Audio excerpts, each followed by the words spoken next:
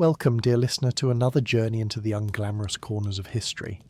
Those places where popular culture rarely ventures, where the reality is far less romantic than the legend, and where the details are so methodically examined that they might just lull you into the most peaceful sleep you've had in weeks.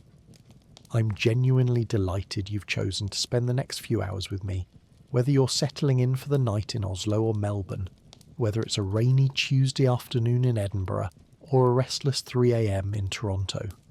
Wherever you are, whatever time it is, you're welcome here. Before we begin our exploration, if you find yourself returning to this channel regularly, drifting off to these long examinations of historical tedium, please consider subscribing. It helps more people discover that history doesn't have to be exciting to be fascinating, and that sometimes the best sleep aid is simply a thorough, patient exploration of how people actually lived in the past. Not the battles and drama, but the boring, brutal, everyday reality that popular culture finds too unglamorous to portray. Tonight we're examining the Vikings. I can already hear some of you thinking, but Vikings aren't boring. They were fierce warriors, explorers, raiders. And yes, that's precisely the problem. Popular culture has given us a Viking mythology, the noble warrior in gleaming armour, the fearless explorer discovering new lands, the fascinating pagan culture with its complex mythology and heroic sagas. Television shows and films present us with leather-clad heroes with perfect teeth, living in spacious halls, engaged in romantic adventures.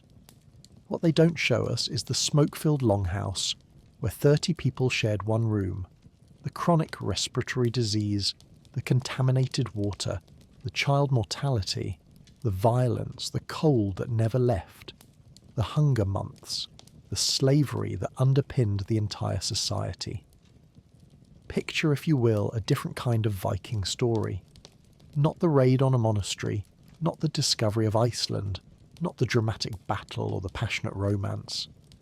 Instead, imagine a winter morning in 9th century Norway, a farming household waking in darkness, breath visible in the cold air inside their home, the smell of smoke and unwashed bodies thick in the enclosed space. Imagine the daily labour that consumed every daylight hour, the water that might make you sick, the children who wouldn't survive to adulthood, the slaves sleeping on the earthen floor. Imagine the brutal practicality of a society where violence was normalized, where survival was uncertain, where comfort was a luxury almost no one could afford. This is the Viking life we'll explore tonight. Not the one you've seen on screen, but the one revealed by archaeology, by skeletal analysis, by the unglamorous evidence of how people actually lived and died in Viking Age Scandinavia. We'll spend the next several hours examining 25 aspects of this life in methodical detail, from the buildings they inhabited to the water they drank, from childhood mortality to the catastrophic winters that killed entire families. It won't be exciting. It will be thorough, patient, and perhaps a bit repetitive, which is precisely what makes it effective for sleep. So settle into whatever comfortable position you found, close your eyes if you'd like, and let's begin our exploration of the brutal life of a Viking. The Viking Age, as historians define it, spans roughly from 793 CE to 1066 CE. From the raid on Lindisfarne Monastery that announced Norse aggression to Christian Europe, to the Battle of Stamford Bridge that marked the end of Viking expansion. But these dates, convenient for textbooks, represent only the most dramatic manifestations of a culture that existed for centuries before and continued in modified form for centuries after. The people we call Vikings, a term they rarely used for themselves, preferring Norse or identifying by region, inhabited Scandinavia during a period of climatic warmth that made agriculture possible at northern latitudes that had previously been marginal. They were farmers first, raiders second, living in Denmark, Norway and Sweden, plus expanding settlements in Iceland, Greenland, the Faroe Islands, and temporarily in North America. The landscape they inhabited shaped everything about their lives. Scandinavia is a region of dramatic contrasts, coastal areas with access to marine resources but limited agricultural land, interior valleys with better farming but harsh continental climate, northern reaches where winter darkness lasted months and agriculture was nearly impossible. Much of the land was forested, rocky, or mountainous, unsuitable for farming.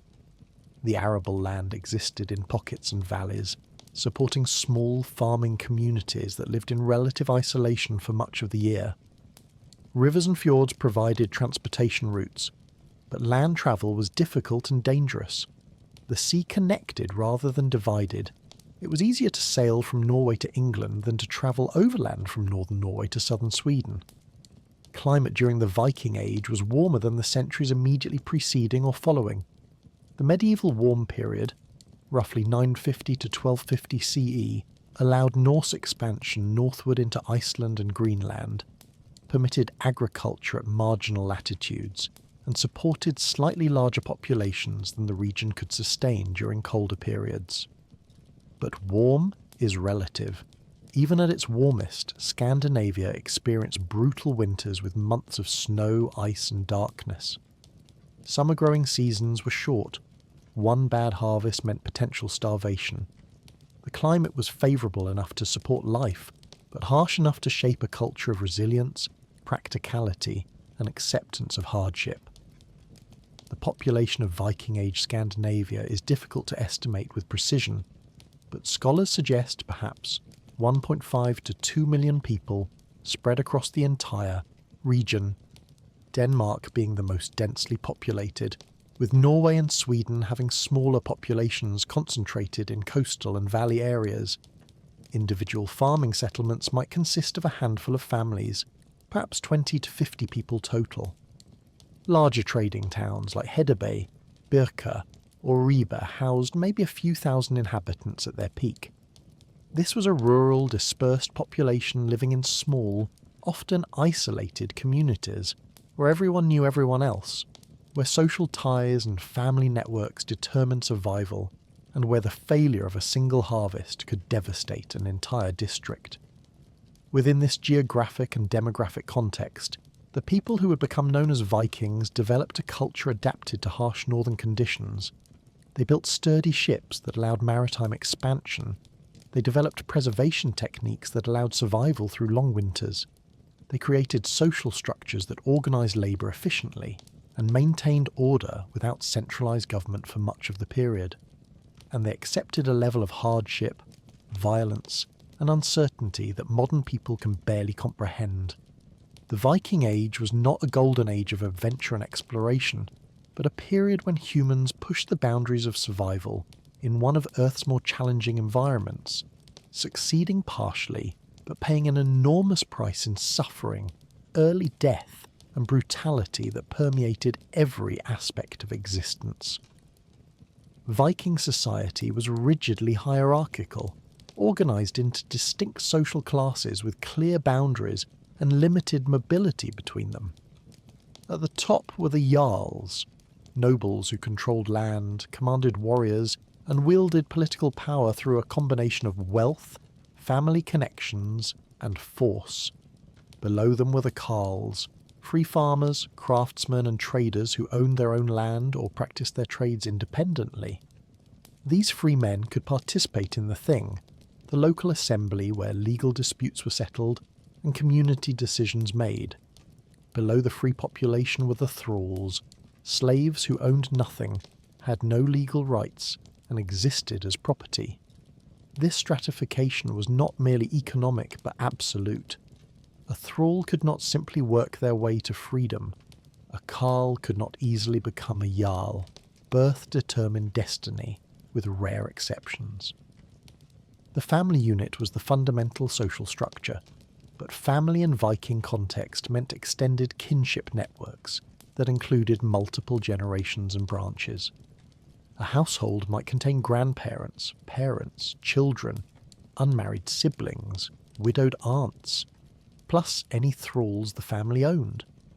These extended families lived in single-room longhouses, sharing space in ways that eliminated any concept of privacy. The male head of household held authority over all members, with power of life and death over thralls and significant control over wives and children. Women, while having more rights than in some medieval societies, they could own property, initiate divorce in certain circumstances, manage the household in their husband's absence, still existed in legal terms as dependents requiring male guardianship. Honour was the central organising principle of Viking social life, transcending even survival in importance. A man's honour, his reputation for courage, honesty, generosity and proper behaviour, determined his social standing and his family's standing. Honour could be gained through brave deeds, successful raids, wise leadership, or impressive displays of wealth. It could be lost through cowardice, dishonesty, failure to avenge slights, or poverty that prevented proper hospitality. Once lost, honour was nearly impossible to regain, and a man without honour was effectively socially dead, excluded from community participation, unable to make legal contracts, his word worthless in disputes. This honour culture created the blood feuds that devastated families across generations, made violence obligatory in many circumstances, and prioritised reputation over life itself. Religion permeated Viking life, though in forms quite different from Christianity that would eventually replace it. The Norse pantheon consisted of gods who were powerful but not omnipotent, heroic but flawed, often capricious and always demanding. Odin, Thor, Freya and the others required sacrifice and respect, but offered no guarantee of protection or favour. Religious practice was transactional. You made offerings hoping for good harvests, victory in battle, safe voyages, but the gods might ignore you or actively cause suffering regardless. There was no concept of divine love or mercy, no promise of paradise for the faithful. The afterlife was stratified like life. Warriors who died in battle might reach Valhalla, but most people went to hell, a shadowy realm of diminished existence. This religious worldview reinforced the harsh pragmatism of Viking culture. You couldn't rely on divine intervention, only on your own strength, your family's support and luck. Economic life centred on agriculture and animal husbandry, supplemented by fishing, hunting, trade and for some raiding. The farming cycle dominated the year, ploughing and planting in spring, tending crops and livestock through summer, harvesting in autumn, surviving through winter on preserved food. This cycle allowed little room for error. One failed harvest meant hunger, 2 consecutive failures meant potential starvation.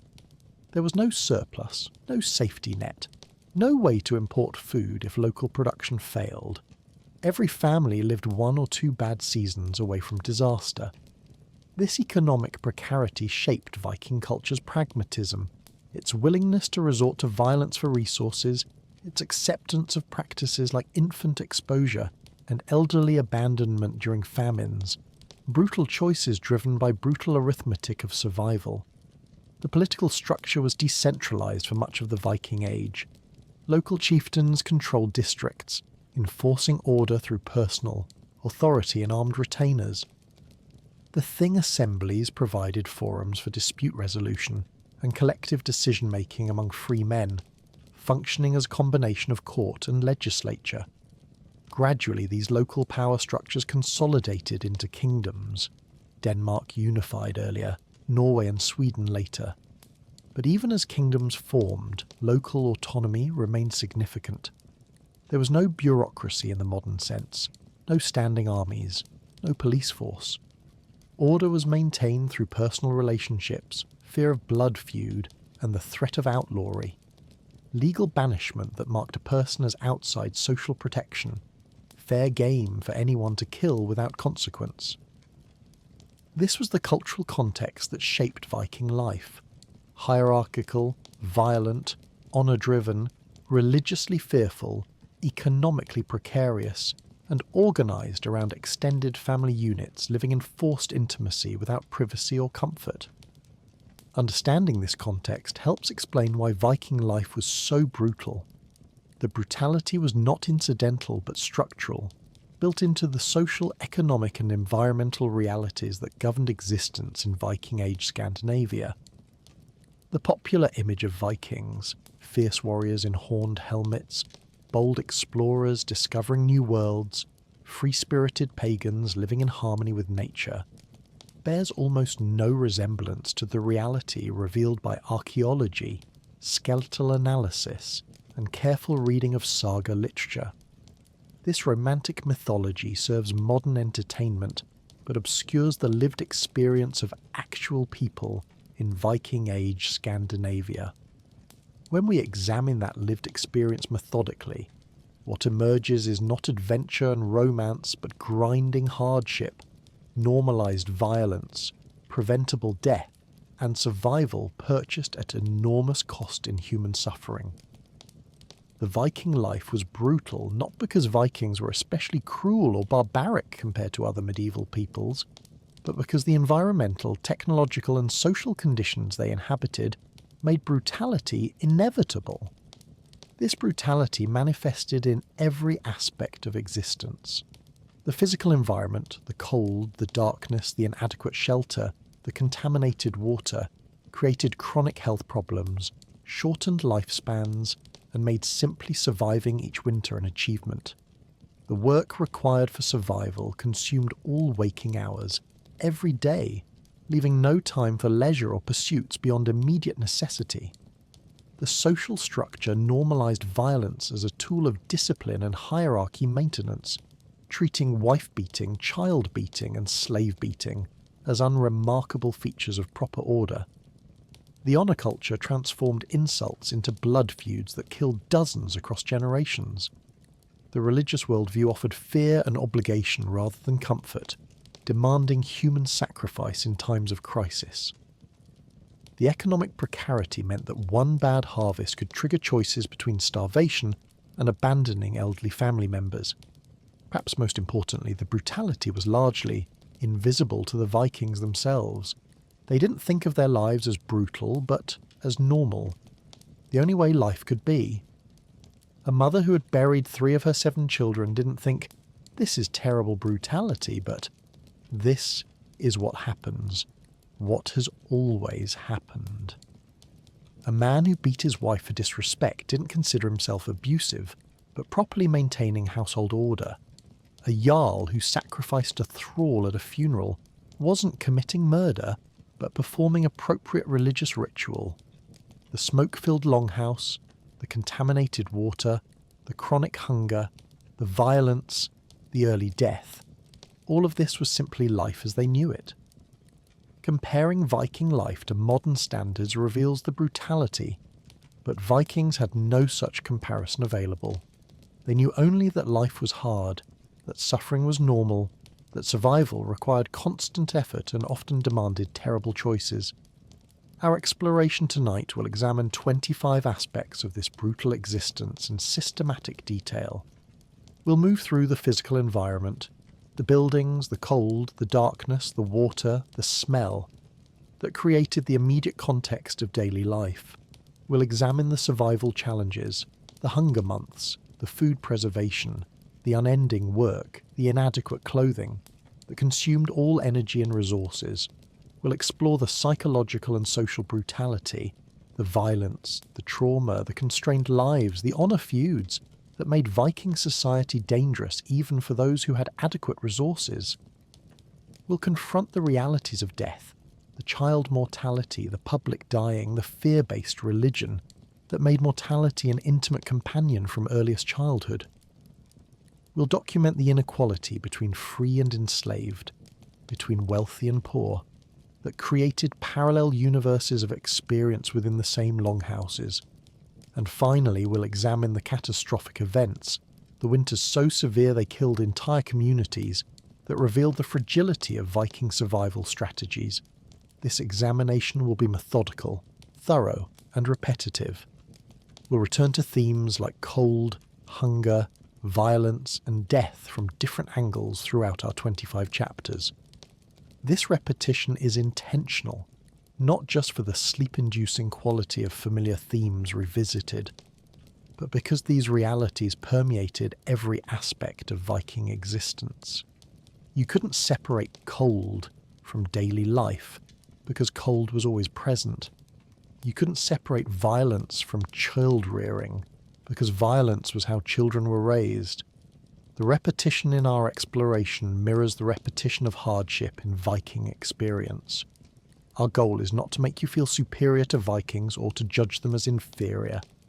They were humans like us, with the same emotional range, the same intellectual capacity, the same desire for happiness and meaning. They were not stupid or primitive. They were people making the best choices available within their constraints. The brutality of their lives reflects their environmental and technological limitations, not their moral failings. But recognizing that their lives were brutal, that most of what made existence tolerable for them, the hardness that allowed acceptance of child death, the desensitization to violence, the emotional distance from suffering, was itself a form of damage, helps us appreciate how dramatically human experience has changed. And perhaps more importantly, it reminds us that our current comforts, clean water, adequate food, climate control, medical care, legal protection from violence, are neither natural nor permanent, but achievements that required centuries of development and that must be actively maintained. So with that context established, let us begin our detailed examination of the brutal life of a Viking, starting with the very buildings in which they lived. Chapter 1. The Longhouse Interior. Picture, if you will, the Viking home as it truly existed, not the spacious romanticized hall of popular imagination, but the cramped, smoky reality that most Norsemen inhabited.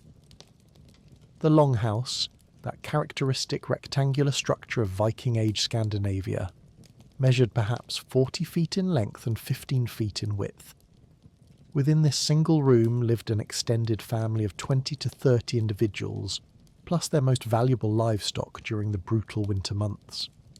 There were no separate chambers, no private spaces, no retreat from the constant presence of others.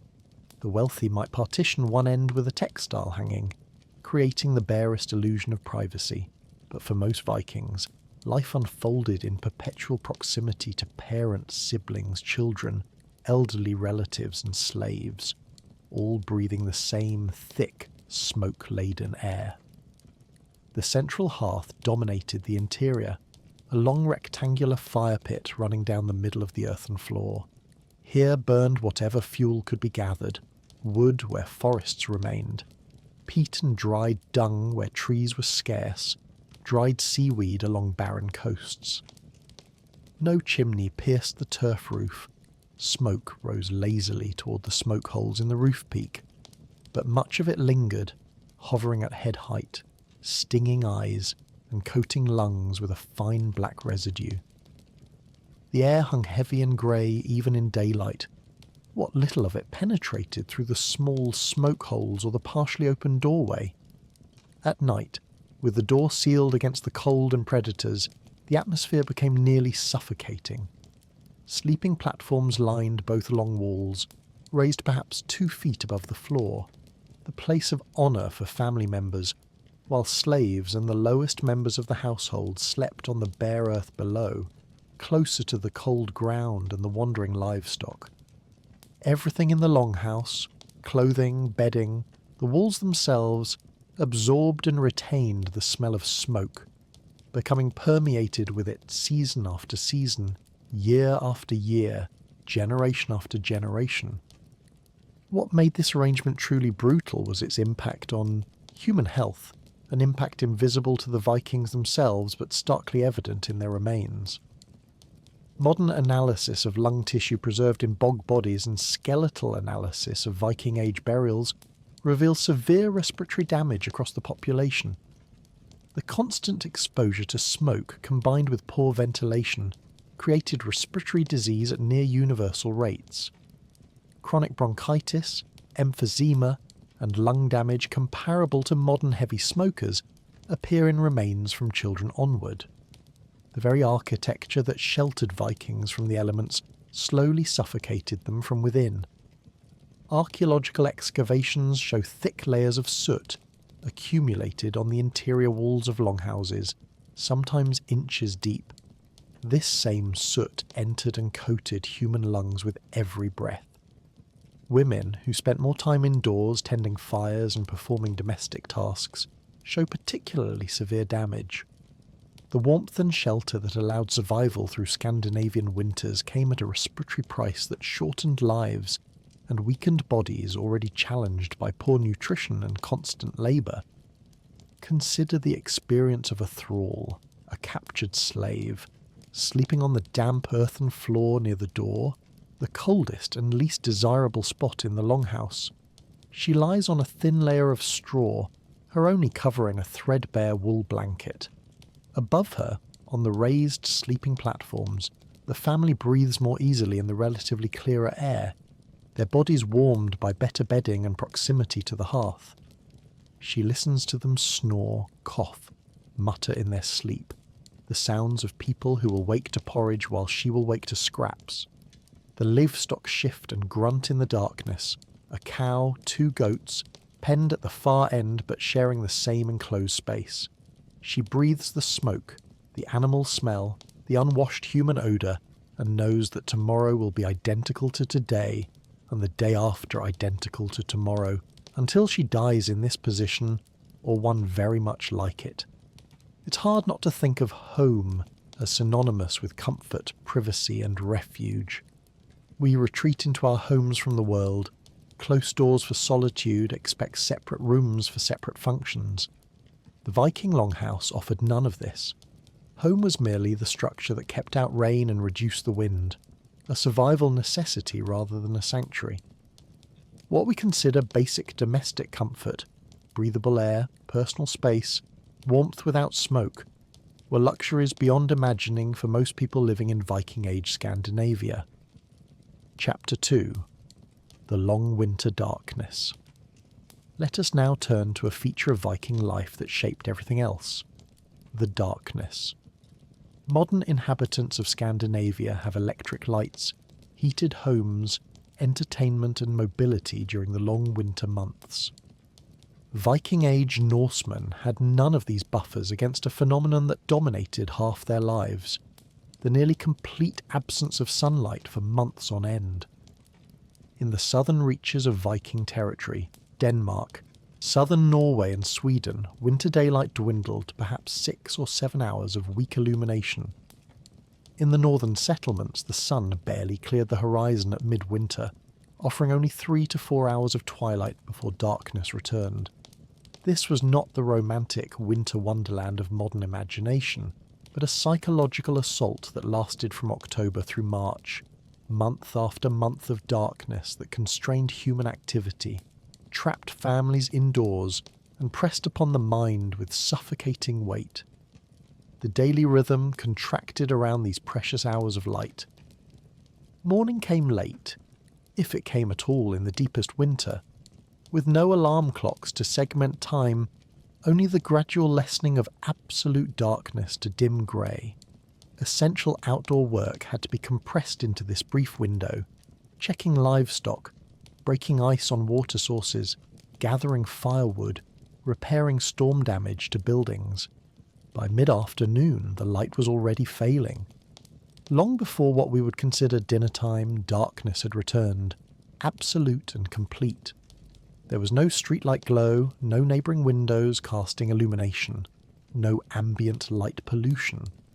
The darkness of a Viking Age winter night was total, a blackness we modern humans rarely experience.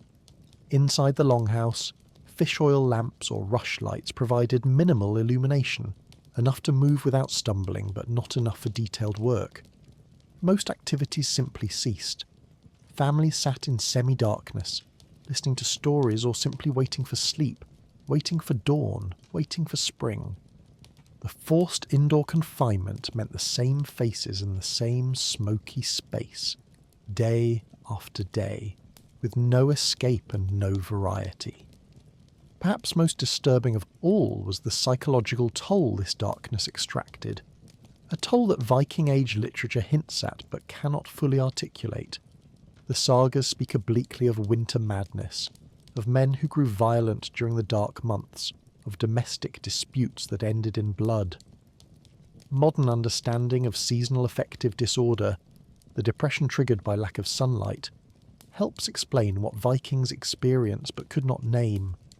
Without light therapy, without understanding that brain chemistry was being altered by sunlight deprivation, they simply endured the darkness and its effects. Depression rates likely soared during winter. Suicide, though rarely mentioned in saga literature due to its shameful status, probably increased. Domestic violence certainly did.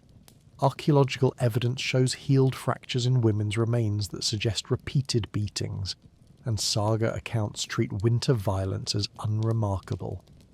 Some men became so volatile, so unpredictable during the dark months, that they were feared by their own families. The darkness didn't just limit work, it transformed personalities, breeding desperation, rage and despair in minds starved of sunlight. Imagine a farm wife in mid-January, somewhere in central Norway. She has not seen proper daylight in weeks. The brief twilight each day is spent in frantic outdoor work, then back into the darkness of the longhouse. Her husband has grown increasingly silent, and then, worse, increasingly volatile. 3 days ago he struck her for burning the porridge, something that would have warranted only a curse in summer. Yesterday he kicked the dog so hard it yelped and limped for hours. She watches him in the firelight, sees the tension in his shoulders, and wonders if tonight will be the night his winter madness turns truly dangerous. She counts the weeks until spring. 10, perhaps 12 if winter runs long. She will count every one of those weeks, every one of those days. She has counted through 5 winters before this one. She will count through many more if she survives. So the next time you feel the mild melancholy of a short winter day, consider that you experience perhaps 8 hours of natural light instead of 10. Vikings experienced 3 to 4 hours instead of 18. And consider that at day's end you return to bright electric light, screens, entertainment, heated rooms. They return to near total darkness, with only dim firelight and the same exhausted faces they'd seen all winter. The artificial light we barely notice has liberated us from an ancestral darkness that shaped human psychology for millennia. Chapter 3. The Smell of Viking Life. Of all the aspects of Viking existence that modern people struggle to imagine, perhaps none is more alien than the smell. We live in an era of deodorants, daily showers, laundered clothes, municipal sewage systems, and refrigeration. We are so removed from natural human odours that even slight body odour causes social embarrassment. To truly understand Viking life, one must reconstruct an olfactory landscape so overwhelming, so omnipresent, that the nose eventually ceased to register it as unusual.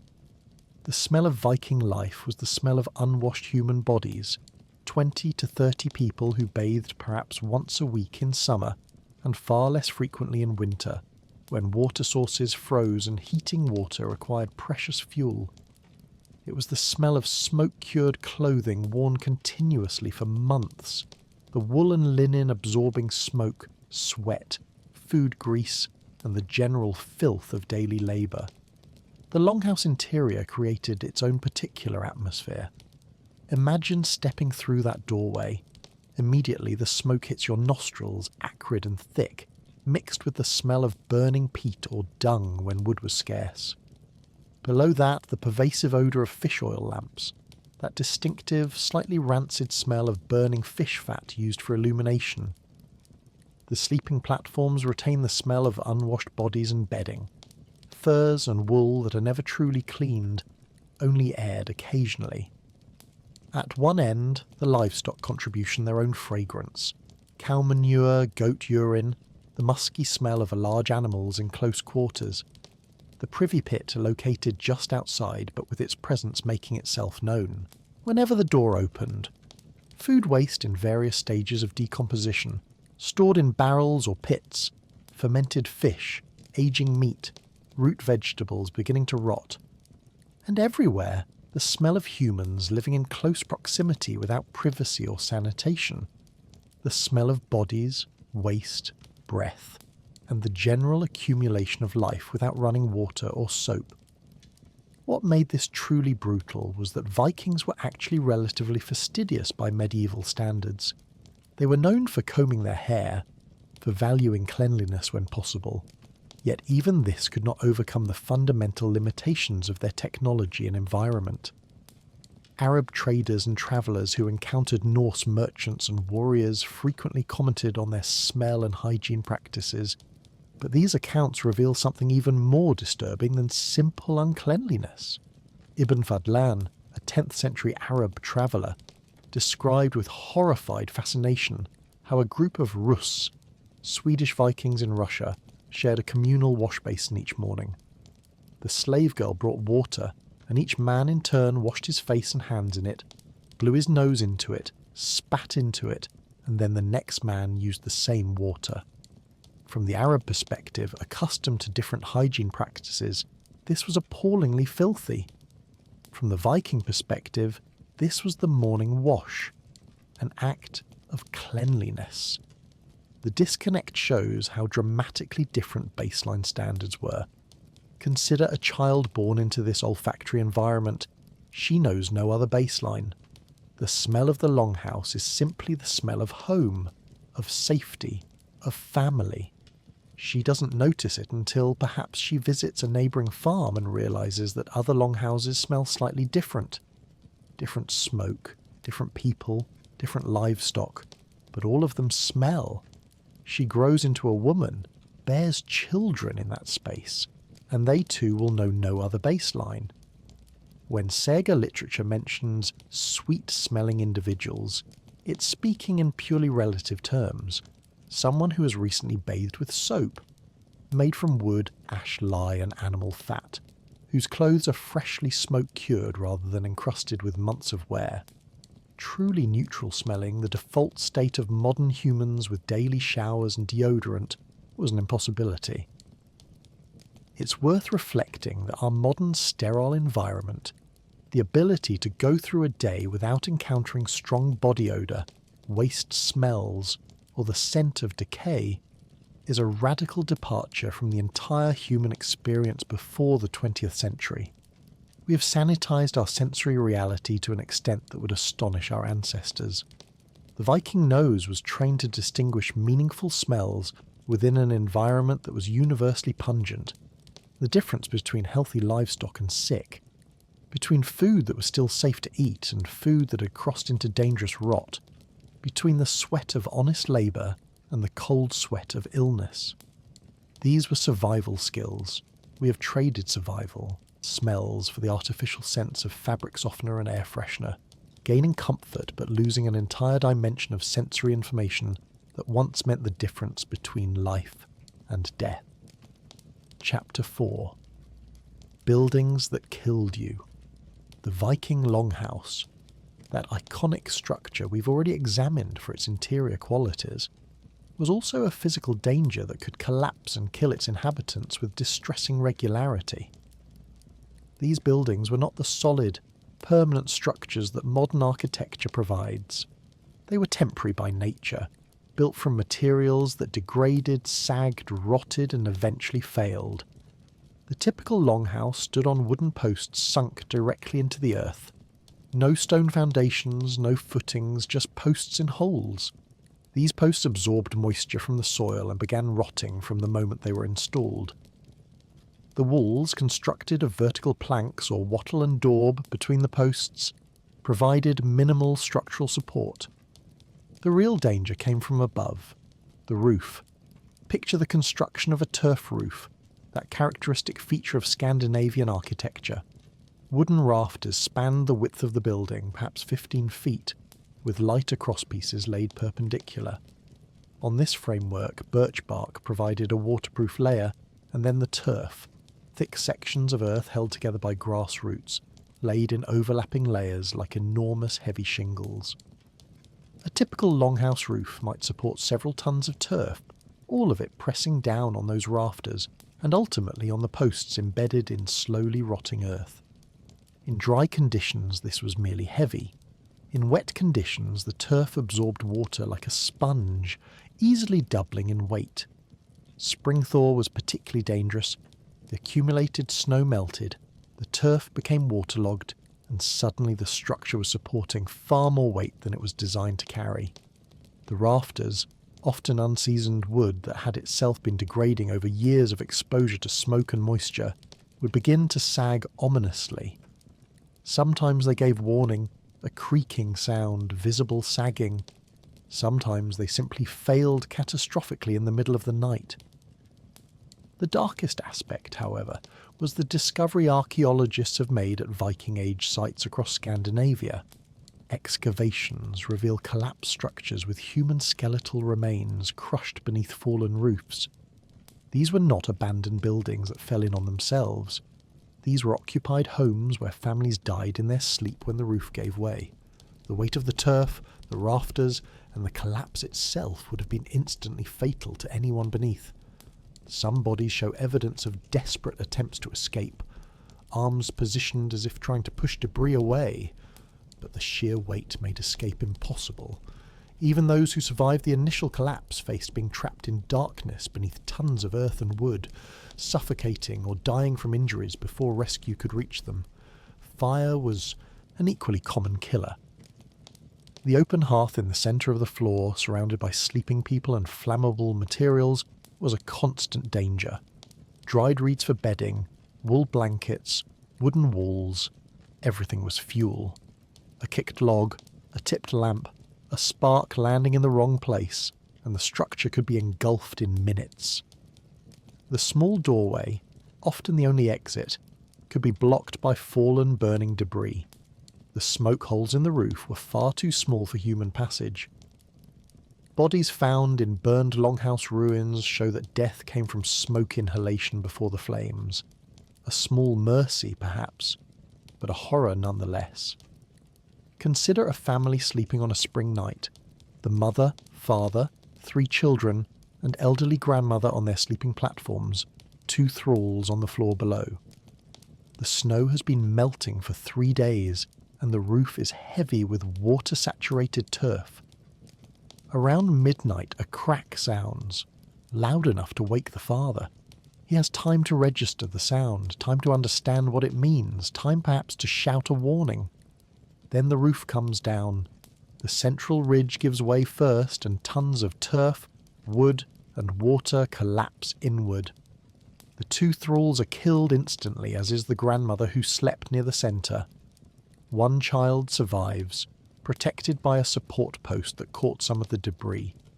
The parents and remaining children are trapped, injured but alive, in absolute darkness under impossible weight. They can hear each other breathing, crying, calling out, but the weight is too great to shift. The neighbours will come at daybreak and begin the digging. Some of the family will already be dead by then. This reminds us that shelter, that most basic human need, was itself a gamble in Viking Age Scandinavia. The very structures that protected from cold and weather could become death traps. We build with steel, concrete, to codes enforced by law, inspected for safety. We take for granted that our roofs will not collapse, that our walls will not burn, that our homes are permanent. Vikings rebuilt their longhouses every 20 to 30 years, not by choice but by necessity, as posts rotted and structures became unsafe. Living itself was a risk. Chapter 5. The cold that never left. Yet even more disturbing than the dangers of architecture was the enemy that permeated everything, that no structure could fully exclude: the cold. Modern people in Scandinavia, or anywhere else with harsh winters, live in climate-controlled environments. Central heating maintains comfortable temperatures regardless of outdoor weather. Insulation in walls, floors and ceilings traps warmth inside. We dress in layers manufactured from advanced synthetic materials. We have vehicles with heaters. We can retreat to warmth whenever we choose. The Viking experience of cold was fundamentally different. It was a presence that arrived in autumn and never truly left until late spring. A penetrating chill that seeped through walls, rose from earthen floors, crept through every gap in clothing, and settled into bones and joints for months on end. The longhouse provided shelter from wind and precipitation, but offered minimal insulation against cold. The walls, whether built from vertical planks with gaps stuffed with moss and clay, or wattle and daub between posts, were perhaps 6 inches thick at best. The earthen floor had no insulation beneath it. Cold rose directly from the frozen ground. The turf roof provided some insulation value, but the smoke holes necessary for ventilation allowed cold air to pour in continuously. The single hearth in the centre of the space provided a sphere of warmth immediately around it, perhaps 10 feet in radius, where you could genuinely feel heat. Beyond that radius, the temperature dropped precipitously. At the walls, 20 feet from the fire, the interior temperature was often barely warmer than outdoors. Sleeping platforms along the walls meant sleeping in the coldest parts of the structure. Families huddled together for warmth, shared blankets and furs, piled straw and heather for insulation, but nothing eliminated the cold. It could only be endured. The human cost of this chronic cold exposure appears in Viking skeletal remains in ways that are both scientifically measurable and deeply disturbing. Bioarchaeologists examining bones from Viking Age burials find consistent markers of cold stress across the population. Growth disruption lines in teeth and long bones indicate periods during childhood when growth simply stopped. The body's response to severe environmental stress, including chronic cold exposure. Joint damage, particularly in fingers, toes and knees, shows patterns consistent with repeated frostbite and cold injury. Most telling are the skeletal changes indicating that bodies were constantly diverting resources to generate heat rather than to growth or repair. Stunted stature, delayed development, porous bone structure indicating nutritional stress compounded by the caloric demands of staying warm. Children and the elderly, with less efficient temperature regulation, show the most severe markers, but even healthy adults display these signatures. The cold affected everyone relentlessly for decades. The ultimate cold-related tragedy appears in cases where people simply died in their sleep from hypothermia, not outdoors in blizzards, but inside their own homes, in their beds, unable to maintain body temperature through the night. Imagine an elderly grandmother in midwinter. Her family has given her a place on the sleeping platform, a privilege of age, but even there, the cold is inescapable. She wears every piece of clothing she owns, an underdress, an overdress, a wool cloak wrapped around her body. She shares her sleeping area with 2 grandchildren who provide some warmth. But her old bones ache from the cold in a way they never did when she was younger. Her fingers are permanently swollen from old frostbite injuries, and they hurt constantly in winter. Each night she lies down unsure if she'll wake in the morning. She has watched 2 of her generation mates die in their sleep these past 3 winters. Old people who simply didn't wake up, who grew cold in the night and never warmed again. She lies closer and closer to the edge of the platform, closer to the dying fire in the centre of the house. One night she shifts too close, and her cloak brushes the embers. She wakes to the smell of burning wool and frantically beats out the smouldering section. Better to freeze than burn, but increasingly these seem like the only options. She endures until spring, then through another summer, then faces the cold again. This will continue until one winter finally claims her. So the next time you adjust a thermostat without thinking, consider that this simple act of setting a desired temperature would have seemed like sorcery to Vikings. We control our environment so precisely that we barely notice the climate outside. They endured it, survived it through sheer physical toughness, but paid the price in damaged bodies and shortened lives. The cold that never left marked them permanently, in their bones and joints, in their pain and premature aging, in the old and young who simply could not generate enough warmth to survive. Survival through Scandinavian winter was an achievement in itself, not a given, but a challenge that killed the vulnerable every single year. Chapter 6. Water. The daily gamble. Let us now turn to one of the most fundamental requirements of human survival: clean water. In our modern world, we turn a tap and receive water that has been filtered, chlorinated, tested for contaminants, and delivered through sealed pipes. We give no thought to whether our water will make us sick, whether it contains parasites or bacteria, whether the source has been contaminated. For Vikings, water was a daily gamble with invisible killers, and they lost that gamble with disturbing frequency. Most Viking settlements relied on natural water sources: springs, streams, shallow wells dug near the longhouse. These sources were inevitably contaminated by the very activities necessary for survival: the privy pits dug nearby, the refuse heaps where organic waste decomposed, the livestock that grazed and defecated near water sources, the general runoff from human habitation. The well was considered an improvement over stream water, but Viking wells were shallow, rarely more than 10 to 15 feet deep, and dug directly through soil saturated with waste. Archaeological excavations of Viking Age wells reveal their construction: a wooden frame or stone lining, sometimes clay-packed, descending to the water table. What these excavations also reveal is their proximity to other features: privy pits within 20 feet, refuse pits even closer, animal pens adjacent. The water table doesn't recognise these boundaries.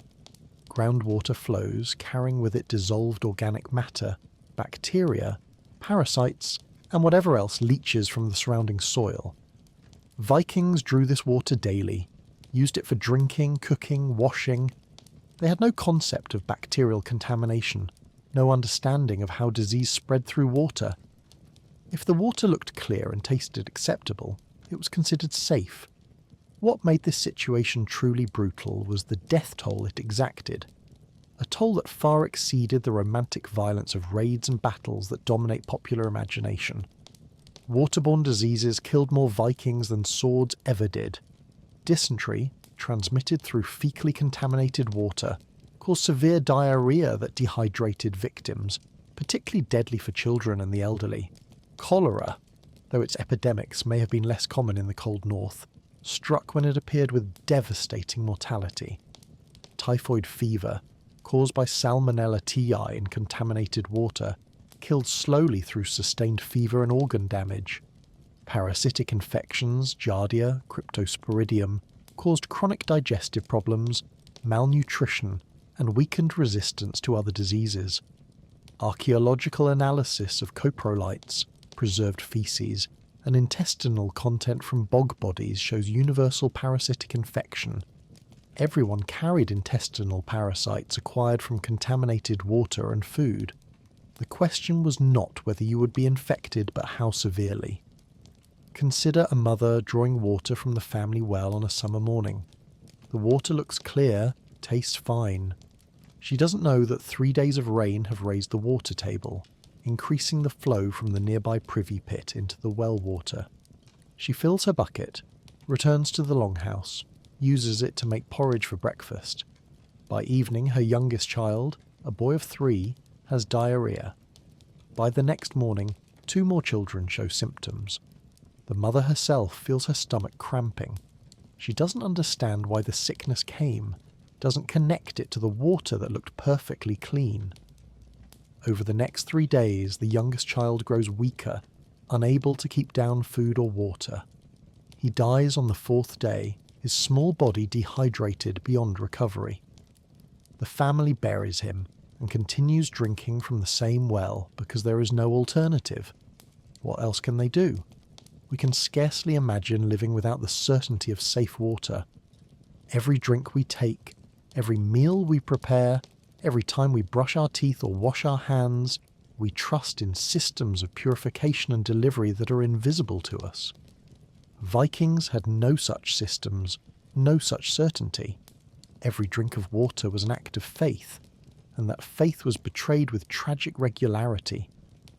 The invisible bacteria that flourished in contaminated water were perhaps the most efficient killers in Viking Age Scandinavia, silent, omnipresent and utterly unstoppable without knowledge and technology the Vikings did not possess. Chapter 7. The Hunger Months. Of course, contaminated water was merely one threat among many that converged during the most dangerous time of the Viking year, late winter and early spring, the months known across medieval Europe as the Hungry Gap. By March or April, the food preserved at autumn slaughter was running low or exhausted. The previous year's grain harvest had been steadily consumed through winter. New crops would not be ready until summer, months away. Wild food sources were minimal. Winter had depleted everything. This was the season when survival became uncertain, when families faced genuine starvation, when the social bonds that held communities together came under extreme stress. The Hunger Months revealed the brutal hierarchy of Viking society with stark clarity. Warriors and free men ate first, women and children next, the elderly and infirm after that, and thralls last of all, if anything remained. The physical experience of sustained hunger progresses through predictable stages that Viking bodies knew intimately. First comes the gnawing sensation in the stomach, the constant preoccupation with food, the weakness that makes labour difficult. Then the body begins consuming itself. Fat reserves first, then muscle tissue. The face grows gaunt, hollowed around the eyes and cheeks. Ribs become visible. Joints appear swollen by comparison to wasted limbs. Cognitive function declines. People become irritable, depressed, unable to concentrate. Children stop growing. Pregnant women miscarry. Nursing mothers' milk dries up. The elderly, already weakened, sicken and die. And in the most desperate circumstances, families faced impossible choices about who would survive and who would not. Archaeological evidence from skeletal remains shows seasonal stress markers, growth disruption lines indicating periods of severe caloric restriction, particularly in late winter, early spring of childhood years. These were not rare occurrences but regular features of life. Perhaps most disturbing of all was a practice that Saga literature hints at, but rarely states explicitly: the abandonment of those who consumed resources without contributing labour. Old Norse literature uses euphemisms: the elderly who went to the barn during hard times, who chose to sleep in outbuildings, who made a sacrifice for the family's survival. What this meant in practice was forced exposure. Elderly or chronically ill family members were taken to outbuildings, given minimal food or none, and left to die from cold and starvation while the rest of the family survived on the resources this freed up. Archaeological evidence supports this grim practice. Skeletal remains found in barn structures showing signs of malnutrition and hypothermia, buried with less ceremony than typical family members. Some sites show evidence of bodies remaining in barns through winter, frozen to be buried only when the ground thawed in spring. This was not casual cruelty but survival calculation in a world where there simply was not enough food for everyone. Imagine an old man, perhaps 60 years old, ancient by Viking standards, who has watched the food supplies dwindle through a particularly harsh winter. He can no longer perform heavy labour. His hands shake, his back is bent, he moves slowly. He sees his son-in-law watching him, calculating. He knows what is coming because he has seen it before. His own grandfather made this journey. On a cold March morning, his daughter comes to him with tears in her eyes. She says the barn needs watching, that he should sleep there to guard against thieves. They both know this is a lie, but they maintain it. He takes his threadbare blanket and walks to the barn. They bring him a small bowl of porridge that evening, half a bowl the next morning. Nothing after that. He lies in the cold barn, growing weaker, no longer feeling the hunger. On the third night, he does not wake. When spring comes and the ground thaws, they will bury him. They will mourn genuinely. They loved him, but they also needed him to die so that his grandchildren could live. This is the arithmetic of survival. It's hard not to reflect on our assumption that families protect the vulnerable, that age brings care and respect. In situations of genuine resource scarcity, such care becomes an unaffordable luxury. Modern food systems, global supply chains, refrigeration, agricultural surplus, social safety nets, ensure that even the poor in developed nations rarely face genuine starvation. Vikings faced it regularly, predictably, every late winter, and when starvation came, it revealed that survival instinct overrides sentiment, that love itself cannot fill an empty stomach, and that the old and weak become expendable when resources run out. Chapter 8. Butchering Day. But let us step back from the hunger months to examine how Vikings arrived at that desperate situation, specifically the autumn slaughter that determined whether a family would survive winter. As summer ended and temperatures dropped, every farming household faced a crucial calculation: how many animals could be fed through winter versus how many should be slaughtered and preserved. Hay stores were limited, and livestock ate steadily through the cold months. The weakest animals, the old, the excess males, these were marked for autumn slaughter in a day or series of days that was both practical necessity and communal ritual. This was not the sanitized, distant process of modern meat production. This was intimate violence performed by family members, witnessed by everyone from elderly grandparents to young children, involving every person in the household in the bloody work of converting living animals into winter food. The killing itself was brutally efficient. The animal, a sheep, pig or cow, was led to the slaughter area near the longhouse. For smaller animals, a sharp knife across the throat severed major arteries. Blood poured into waiting vessels to be used for blood sausage and blood pudding. Nothing could be wasted. The animal died within minutes, thrashing and kicking as consciousness faded. Larger animals might be stunned first with an axe blow to the head before the throat cutting. The sounds were considerable. The animal's distress calls before death, the gurgling as blood filled the throat, the final muscular spasms. The smell of blood, sharp and metallic, filled the air. Children watched their parents perform these kills with the same matter-of-fact efficiency as any other farm task. This was not hidden from young eyes, but presented as ordinary and necessary because it was both. What made this experience truly brutal, though Vikings would not have perceived it as such, was the systematic desensitization of children to animal suffering and death. A boy of 6 or 7 would be given a small knife and taught to cut the throat of a chicken or young goat, learning the angle and pressure needed for a quick kill. By age 10, he would participate in larger animal slaughter. Girls learned the processing side, the butchering, rendering of fat, cleaning of intestines for sausage casings, the preservation techniques. Blood on one's hands was a routine experience from early childhood. The distress of animals being killed became background noise, unremarkable as any other farm sound. This desensitization served a purpose.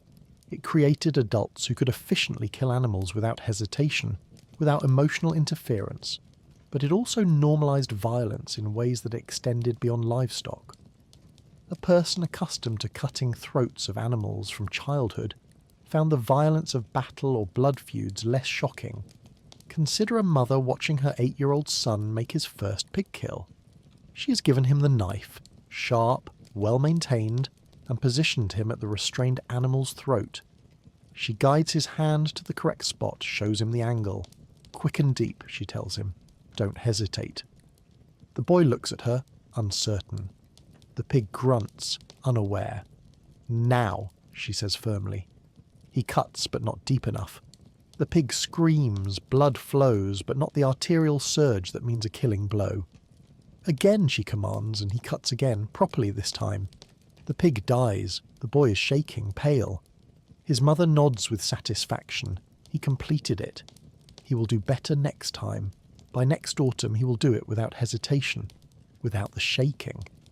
She's proud of this progression because it means he is learning survival skills. The gentleness required for a different kind of childhood is a luxury they cannot afford. So the next time you purchase meat in sterile plastic packaging, consider the distance we've created between ourselves and the violence that produces it. That distance is a privilege of modern food systems. Vikings had no such distance. The animals they ate were killed by their own hands, often animals they had raised and tended. Children learned that survival required the capacity for violence, that squeamishness was a weakness to be overcome. We have outsourced this violence to industrial systems and can afford to be shocked by it. Vikings could afford no such shock. Chapter 9. Preserving the dead animals. Yet even more disturbing than the killing was what came after. The desperate chemical warfare against decay that determined whether the slaughter provided winter survival or poisonous rot. Once animals were butchered, the race against decomposition began immediately.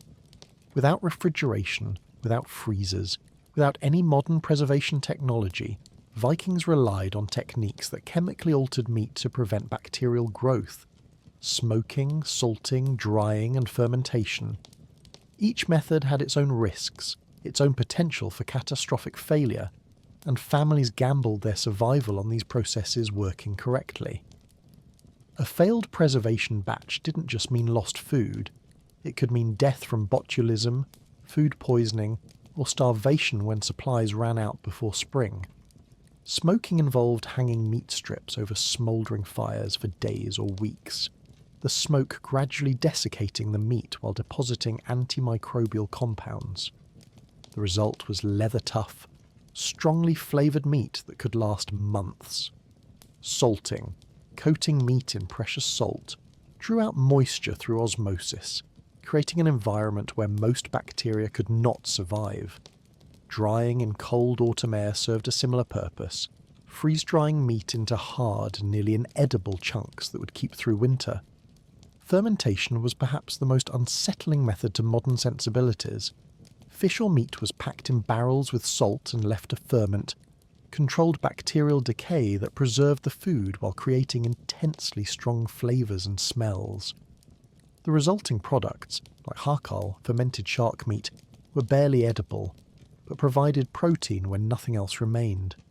Each of these methods produced food that bore little resemblance to fresh meat, that challenged even hungry stomachs with tough textures and overwhelming flavours.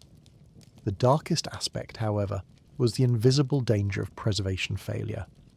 Botulism, caused by Clostridium botulinum bacteria growing in improperly preserved food, produces one of the deadliest naturally occurring toxins. It thrives in anaerobic conditions, exactly the environment inside a barrel of salted fish or fermented meat. The symptoms begin with weakness, blurred vision, difficulty swallowing, then progressive paralysis, respiratory failure, death. Vikings had no understanding of bacteria, no way to detect the toxin before consumption. A batch of preserved fish might look and smell acceptable, but contain enough botulinum toxin to kill a family. Sometimes only the first person to eat showed symptoms, providing warning to others. Sometimes multiple family members consumed contaminated food before symptoms appeared. There was no treatment, no understanding of cause, just random death following a meal of preserved food. The gambling continued because the alternative, not preserving food, meant certain starvation. Imagine a family in January opening a barrel of fermented fish they prepared in October. The smell is overwhelming as expected. Fermented fish always smells aggressive. They cannot know if this batch is safe or deadly. The father eats first, as is proper, taking a portion with flatbread. The rest of the family watches. He shows no immediate reaction, but botulism symptoms can take hours or days to appear. They eat. That night, the father complains of weakness, has trouble swallowing water. By morning, his vision is blurred.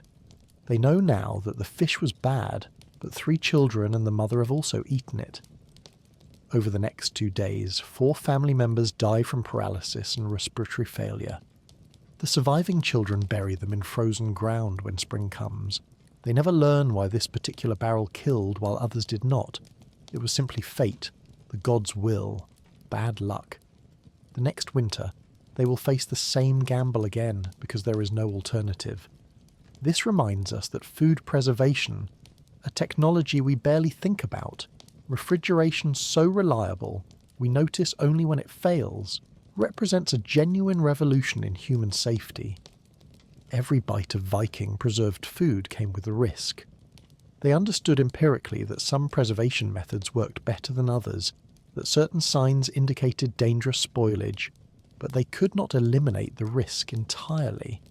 Modern food poisoning, while unpleasant, rarely kills. Viking food poisoning killed routinely, and families lived with that threat hanging over every meal of preserved food through 6 months of winter. Chapter 10. The Work That Never Ended. Closely related to the constant battle against hunger and cold was the central reality of Viking existence. Unrelenting labour from sunrise to sunset, every day, without respite. Modern people work defined hours. 40 per week is standard, 50 is considered demanding. We have weekends, vacations, retirement. We have labour-saving devices for household tasks, machines that wash clothes and dishes, vehicles that transport us. The Viking experience of work was fundamentally different. It was the consuming activity of all daylight hours, varying only by season and weather, ending only in old age when physical capacity failed, or in death. The maintenance of life required constant effort. Food must be grown, harvested, preserved. Clothing must be produced from raw materials. Buildings must be built and repaired. Livestock must be tended. Fires must be maintained.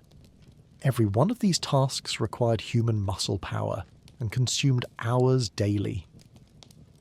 The division of labour fell along strict gender lines, though both were equally exhausting. Men's work focused on activities requiring upper body strength and mobility. Clearing land, ploughing fields, sowing and harvesting, building structures, fishing, hunting, raiding. The farming alone consumed entire days during growing season. Dawn to dusk, ploughing behind oxen, scything. Grained for hours until arms and back screamed. Threshing harvested grain by hand. Rowing a longship required sustained muscular effort for hours at a stretch. Building a longhouse meant felling trees, stripping bark, shaping timbers, raising heavy posts and beams. Women's work, while different, was no less demanding. Textile production, the creation of cloth from raw wool or flax, was perhaps the most time-consuming female activity, and one that never ended. Sheep had to be sheared, wool cleaned and carded, then spun into thread using a drop spindle, then woven into cloth on an upright loom. A single wool garment represented hundreds of hours of work. What made this situation truly brutal appears in the skeletal evidence of Viking remains, the physical wear visible in bones from a lifetime of repetitive labour. Women's skeletons show severe arthritic changes in hand and finger joints from the constant spinning motion required for thread production, the gripping and pulling of textile work. By age 30, many women had hands that were painful to use. By 40, some could barely close their fingers around a spindle. Men's skeletons show spinal compression fractures and disc degeneration from heavy lifting and rowing, knee and hip joint damage from decades of hard labour. Both sexes show muscle attachment sites that are enlarged and roughened. Evidence of muscles developed far beyond modern norms, but also evidence of stress fractures and chronic pain. These were bodies used as tools, worn down by labour, aged prematurely by work that never ended. The average age at death, mid-40s for those who survived childhood, was partly due to disease, but also reflected bodies simply worn out by decades of exhausting physical labour. Consider a woman in her late 30s, sitting at her spinning in the dim longhouse. Her hands ache constantly now, the joints swollen, the fingers stiff each morning until she works them loose. She's been spinning since she was 6 years old, 30 plus years of the same repetitive motion, tens of thousands of hours with the drop spindle. She has 3 daughters who now do most of the spinning, but she still works when she can because the textile production never stops. There are always more clothes needed, more trade goods to produce.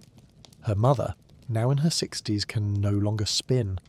Her hands are frozen in a curled position, unable to grip or release. The daughter watches her mother's hands and sees her own future. There is no retirement from this work, no relief.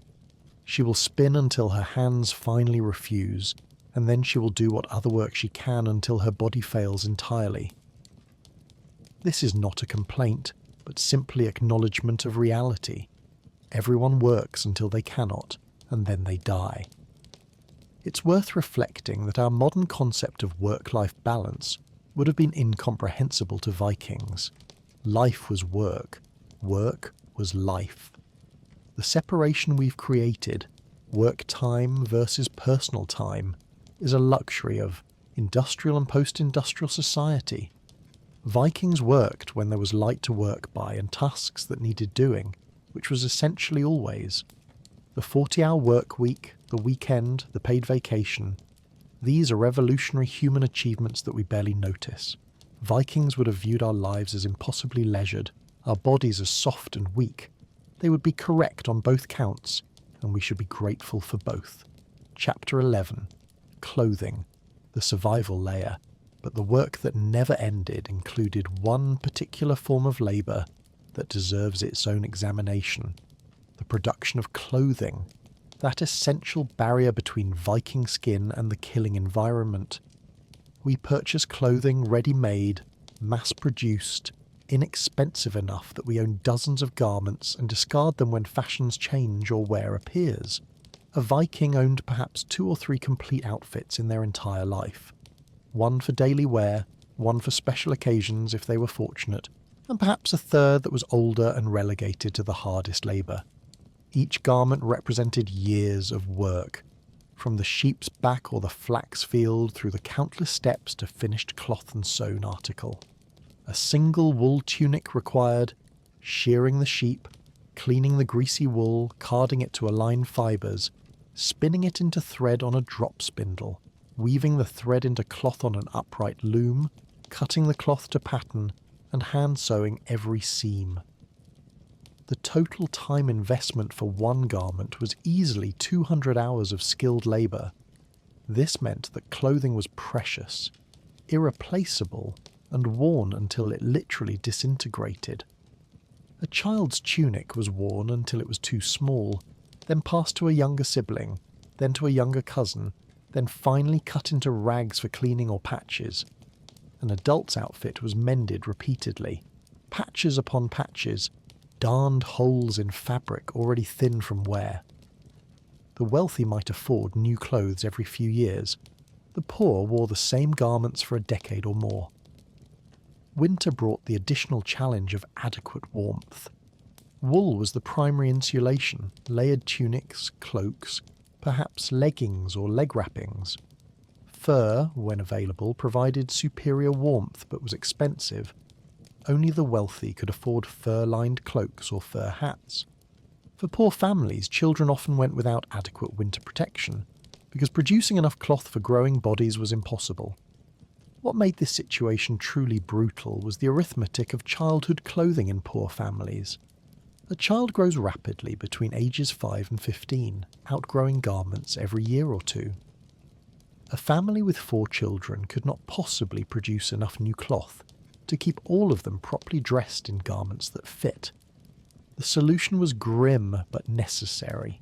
The oldest got adequate clothing, and younger siblings made do with hand-me-downs that didn't fit. A 10-year-old boy might wear a tunic that ended at his ribs instead of his knees, leaving his stomach exposed to cold. His sleeves might end at his elbows, leaving forearms bare. Fingers protruded from mittens that were too small. Chilblains, painful inflammation of the skin from cold exposure, were routine among poor children. Frostbite on fingers, toes, ears, and noses left permanent damage. Some children lost fingers or toes to frostbite gangrene. This was not neglect, but mathematical impossibility. There were not enough hours in the day or years in childhood to produce sufficient clothing. Consider a mother watching her 7-year-old son head out to tend goats on a freezing November morning. His tunic is too short, inherited from his older brother who has now inherited their father's old tunic. The boy's wrists and ankles are exposed. He has no mittens because the one pair went to his older brother, whose work requires more hand dexterity. She has a small rectangle of wool she's been spinning thread from for 3 months. Eventually it will become a cloak for the youngest child, but that's still a year of work away. She watches her son's exposed fingers turn red, then white in the cold. He comes back at midday to warm them by the fire. This will happen every day all winter. By spring, 2 of his fingers will have permanent nerve damage from repeated cold injury. There is nothing she can do. She's already working every spare moment on textile production. There simply is not enough time to clothe all her children adequately. It's hard not to think of our overflowing closets, the clothes we barely wear, the garments purchased on impulse, the outfits discarded because they're last season. The average modern person owns more clothing than an entire Viking village combined. We've lost all connection to the labour that produces fabric, the time invested in each garment. Vikings understood viscerally that clothing was labour made visible, warmth earned through hundreds of hours of repetitive work. When saga literature mentions gift-giving of fine cloth or clothing, it's describing gifts of immense value, years of skilled labour transferred from one person to another. We've transformed clothing from precious survival tool to disposable commodity, and in doing so have gained comfort but lost appreciation for the work that keeps us covered and warm. Chapter 12. The Privy. Situation. Let us now turn to a topic that popular culture conveniently omits from its Viking portrayals: the management of human waste. Modern sanitation systems are invisible to us. We flush toilets without thinking about where waste goes, trusting in sewage treatment plants and plumbing that remove waste from our immediate environment. Vikings had none of this infrastructure. Human waste was a constant presence, a daily reality that had to be managed without running water, without sewage systems, without any technology beyond the pit and the bucket. The typical Viking farm had a privy pit, a hole dug in the ground, perhaps with a wooden seat structure over it, located a short distance from the longhouse. In warm weather, this was merely inconvenient. In winter darkness and howling wind, going outside to eliminate was a miserable experience. The alternative was the chamber pot, used inside the longhouse at night, emptied into the refuse pit in the morning.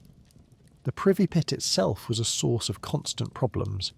It filled gradually, requiring periodic digging of a new pit and burial of the old. The contents attracted flies in summer, creating swarms that spread disease.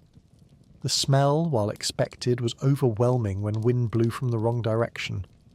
Most seriously, the pit leached into groundwater, contaminating the very wells and springs that provided drinking water. Vikings had no understanding of this connection. They could not see bacteria or trace disease transmission, but they paid the price in waterborne illness. Archaeological excavations of Viking sites show the proximity of waste pits and water sources, sometimes separated by only 20 or 30 feet. The bacterial contamination was inevitable. Winter brought its own challenges. The privy pit might be buried under snow, requiring users to dig through drifts to access it. Alternatively, chamber pots were used exclusively, with frozen waste dumped outside to await spring thaw. Perhaps most disturbing of all was the complete absence of effective cleaning materials. We have toilet paper, flushable wipes, bidets, dedicated hygiene products designed for purpose. Vikings used whatever was available: moss, leaves, cloth rags, straw. These materials did not clean effectively and were often reused rather than discarded. The concept of disposable cleaning materials would have seemed wasteful beyond comprehension.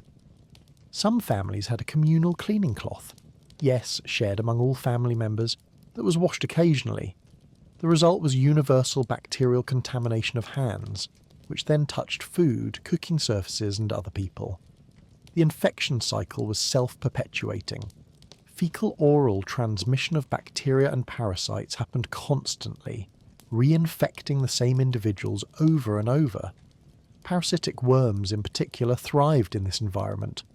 Roundworms, tapeworms, and other intestinal parasites achieved infection rates approaching 100% in archaeological samples. Imagine the daily reality for a Viking farmer. He wakes before dawn, stumbles outside in darkness to the privy pit, eliminates, and uses a handful of moss to clean himself inadequately. His hands are contaminated, but he has no soap, only cold water from the stream. He rinses his hands briefly and returns inside to help prepare breakfast. His hands touching bread, porridge bowls, utensils. The family eats the parasites and bacteria his hands have left behind. They are already infected, so this is simply reinfection, but it maintains the cycle.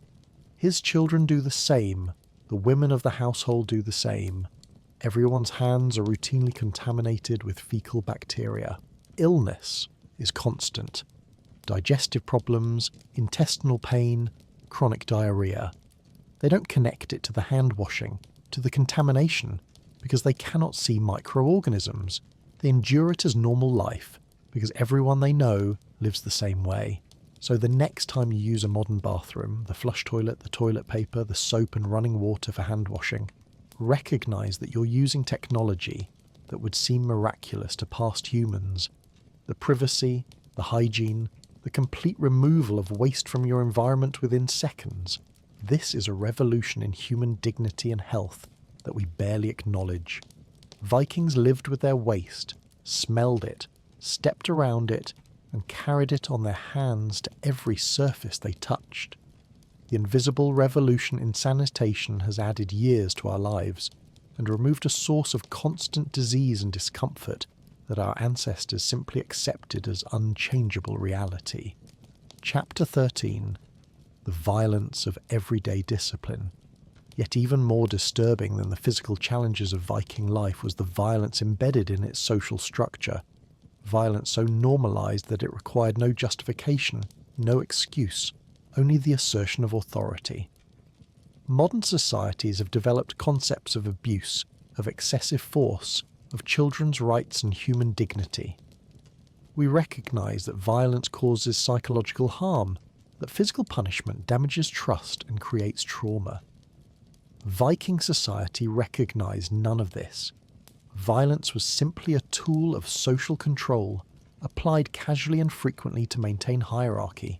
Free men beat wives, parents beat children, owners beat slaves. The law recognized and protected this violence, specifying only that it should not result in death or permanent maiming. Anything short of that was the prerogative of those in authority. Child rearing involved routine corporal punishment, beating with sticks, slapping, kicking, for infractions real or imagined. A child who talked back, who failed at tasks, who was simply irritating to adults, could expect physical punishment. This was not considered cruel but necessary for proper upbringing. Saga literature treats such discipline as unremarkable, mentioning it only when it's exceptionally severe. The baseline assumption was that children required regular beating to become properly behaved adults. Parents who did not beat their children would have been considered negligent, failing in their duty to properly raise offspring. The tools of punishment were ordinary objects, willow switches, leather straps, whatever came to hand. The frequency varied by household temperament but was never rare. Most children were beaten weekly, many more frequently than that. The violence extended to other relationships. A husband's right to beat his wife was legally recognised and socially accepted. Saga accounts mention wife beating in passing, as unremarkable as any other domestic detail. The circumstances that justified such beating were broad: disrespect, failure in housework, suspected infidelity, or simply the husband's bad mood. Legal limits existed. A husband who killed his wife faced consequences, but anything short of death was his legal right. Women who fled violent marriages could be legally reclaimed and punished for leaving. Divorce was possible but socially difficult and left women in precarious positions. Most women endured violence as a feature of married life, expecting it, accepting it. often internalising that they deserved it for their failures. Archaeological evidence supports this grim picture. Skeletal analysis of Viking Age women shows healed fractures consistent with defensive injuries, broken arms, rib fractures, facial bones that healed at odd angles after breaking. Consider a boy of 8 watching his father beat a thrall, an enslaved man who had worked too slowly or made some minor error. The father uses a wooden staff, striking the slave's back and shoulders repeatedly. The slave does not cry out, does not resist. He knows that resistance means more severe beating or death.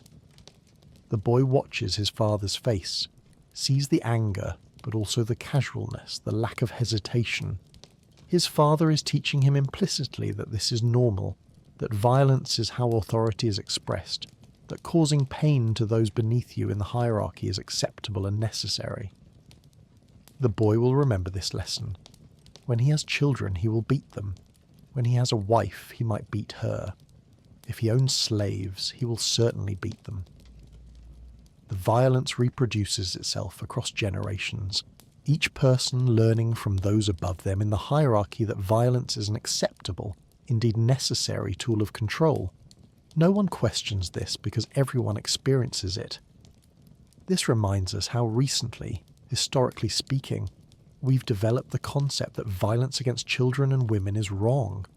Not just excessive violence, but violence itself as a tool of control. Many societies still struggle with this, still excuse domestic violence, still view corporal punishment as acceptable. Vikings lived in a world where such violence was not just accepted but expected, where the failure to employ it was considered weakness. They would view our modern reluctance to hit children as incomprehensible softness that would produce weak, undisciplined adults. We view their routine violence as abuse that traumatized children and normalized cruelty. Both perspectives are products of their cultural moments, but only one produces children who grow up without the expectation of regular physical pain from those who should protect them. Chapter 14. The mental breakdown of raiding season. Of course, the violence of domestic life was merely one manifestation of a culture that glorified violence in all forms, most notably in raiding and warfare. The popular image of Vikings emphasizes the glory of battle, the honor of warriors, the excitement of raids on foreign shores. What this romanticization omits is the psychological toll of participating in organized violence, the trauma of killing other humans, of watching comrades die, of committing atrocities against civilians. Modern military psychology recognizes post-traumatic stress disorder, understands that exposure to combat produces lasting psychological damage, provides treatment and support for veterans. Vikings had no such framework, no understanding that their minds could be wounded as surely as their bodies. Warriors who returned from raids showing what we now recognise as PTSD symptoms were simply described as changed or troubled, and some descended into what saga literature calls madness. The reality of a monastery raid, to take a common Viking target, was far from glorious. These were attacks on undefended religious communities, monks and priests who had no weapons, no military training, no capacity to resist. Warriors killed these men systematically, often with great brutality, while they begged for mercy or prayed. The killing was one-sided, more like slaughter than combat. Some raiders took slaves, particularly women from surrounding communities who had fled to churches for sanctuary. Some committed sexual violence. All witnessed the terror of victims, the blood, the dying, the psychological breaking of other humans. Young men experiencing their first raid saw things that imprinted permanently. A monk clutching a cross as he died, a child trampled in panic, a woman's scream cut short. These images did not fade with time or distance. What made this experience truly brutal was that warriors brought this trauma home with them, carrying it back to farms and families with no understanding of what it was or how to address it. Saga literature contains descriptions that modern readers can recognise as PTSD, warriors who could not sleep, who woke screaming from nightmares, who startled violently at sudden noises, who became withdrawn and uncommunicative. Some became hyper-vigilant and paranoid, seeing threats everywhere. Others became violently unpredictable, their violence no longer controlled and directed at enemies, but explosive and random, directed at family members or triggered by minor provocations. A few became berserkers, warriors who deliberately cultivated a battle frenzy, a dissociative state where they could commit violence without psychological burden. This was considered a valuable trait, evidence of the warrior's devotion to Odin, but it was also a form of controlled madness, a way of managing trauma by embracing it. Imagine a young warrior returning from his second raiding season, aged 20, having spent 3 months killing and taking plunder along the English coast. He has seen things he cannot unsay, done things he cannot undo. He returns to his farm, his wife, his infant daughter. His wife is happy to see him, reaches to embrace him, and he flinches violently from her touch, his body reacting as if to threat.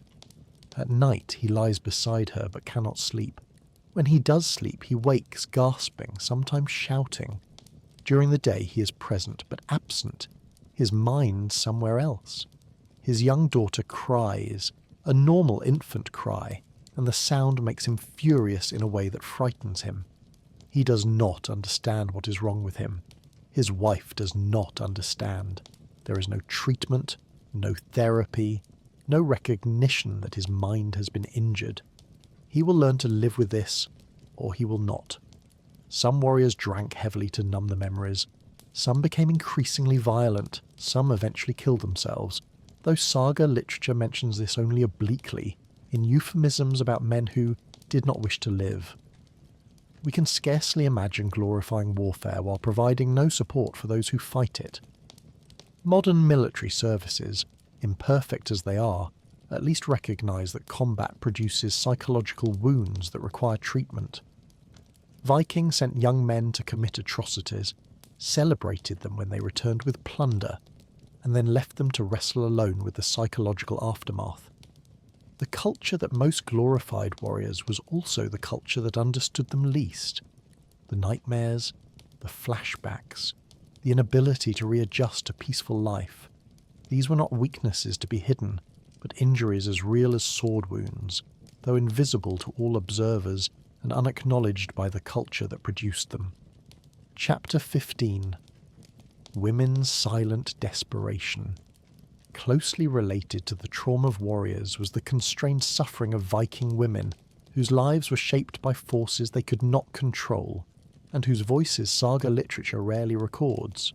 Modern women in developed nations have legal personhood, reproductive choice, career options, the ability to own property and make decisions about their lives.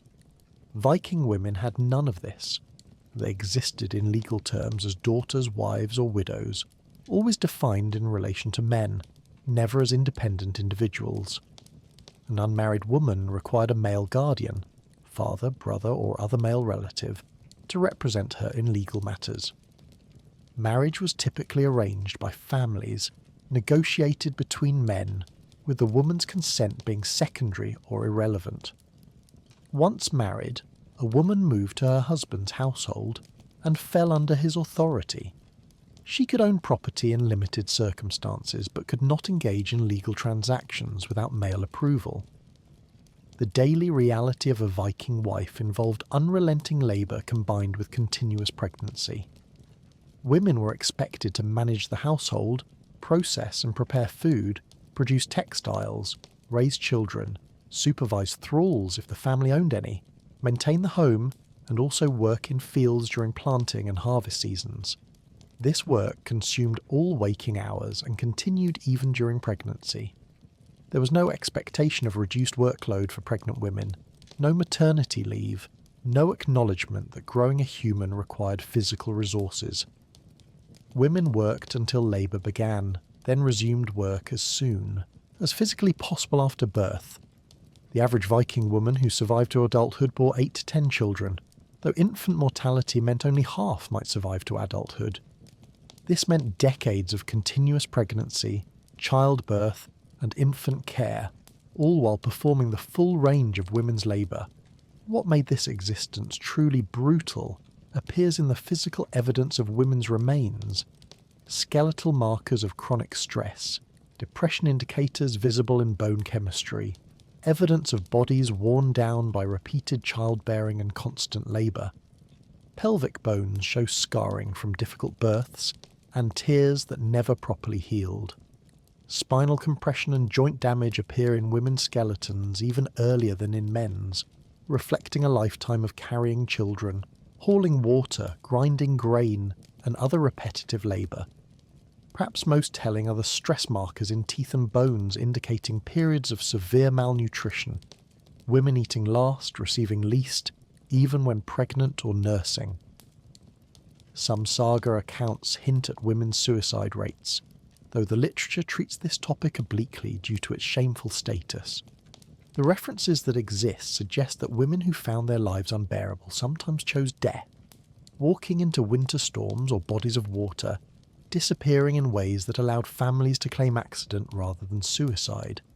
Consider a young woman, aged 16, married to a man of 35 whom she met at the wedding. She moves to his farm, leaving her birth family behind. She's immediately pregnant.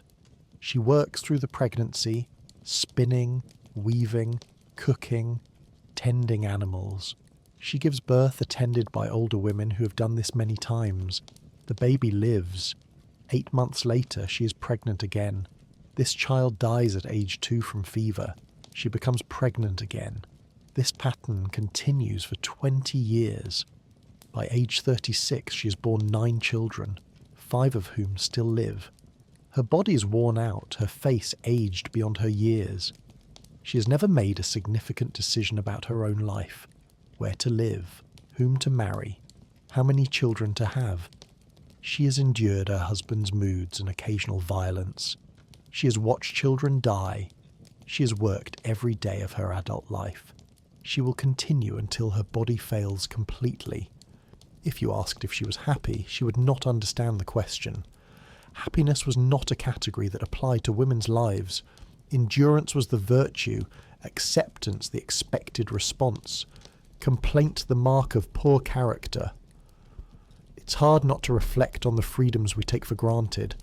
The choice of whether to marry and whom, the ability to limit family size, the expectation of bodily autonomy, the concept that women's happiness and fulfillment matter. These are revolutionary developments in human history, and they are recent and fragile. Vikings would have viewed such freedoms as dangerous chaos that would destroy social order. Women themselves, raised in that system, often accepted their constrained lives as natural and proper, even as those lives ground them down physically and psychologically. We can recognise the injustice they could not, but we should also acknowledge that our own freedoms are the product of centuries of social change and should never be assumed to be permanent or universal. What one generation takes for granted, the next can lose. Chapter 16. The Thrall's Existence. But the constrained suffering of free women pales in comparison to the absolute degradation of thralls, the enslaved people who formed perhaps 10 to 20% of Viking Age Scandinavian populations. Slavery is a topic that Viking romanticism conveniently omits, preferring to focus on warriors and explorers rather than the brutal reality of human beings owned as property. Yet thraldom was fundamental to Viking economy and society. Slaves performed the hardest labour, freeing their owners for other pursuits. They were captured in raids, particularly raids on Celtic and Slavic populations, purchased in slave markets, or born into slavery as children of thrall mothers. Once enslaved, a person ceased to have legal personhood. They could not own property, make contracts, marry without permission, or testify in legal proceedings.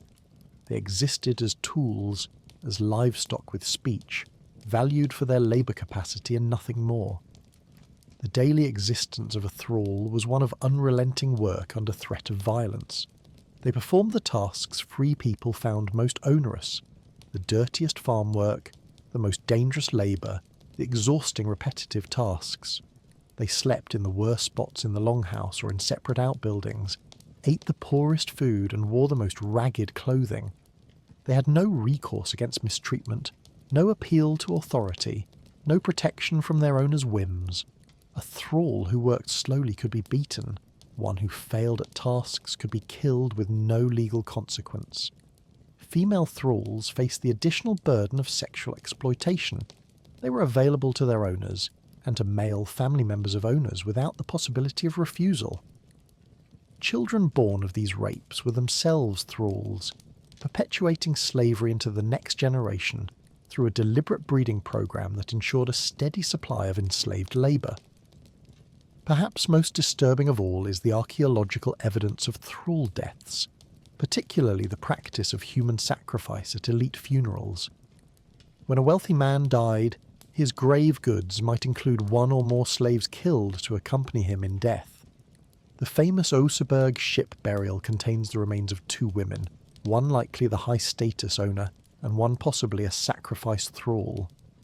Other ship burials show clear evidence of multiple individuals buried together, some showing signs of violent death, decapitation, blunt force trauma, indicating they were killed for the funeral rather than dying natural deaths.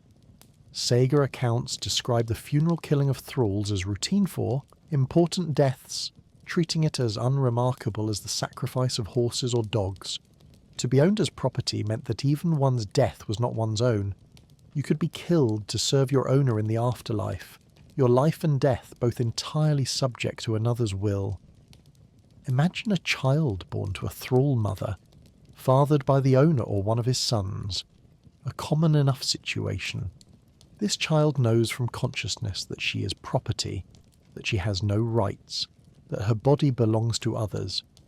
She watches her mother beaten for minor infractions and learns to move silently, to avoid notice, to perform every task exactly as demanded. By age 6 she's working, fetching water, tending animals, cleaning waste. By age 12 she understands that her body will be used sexually as her mother's was. There is no escape, no hope of freedom unless her owner chooses to grant it, which is rare. She will live this way until she dies, whether from overwork, violence, disease, or sacrifice at her owner's funeral. If she bears children, they will be thralls also. The cycle continues, generation after generation, with no possibility of breaking it from within.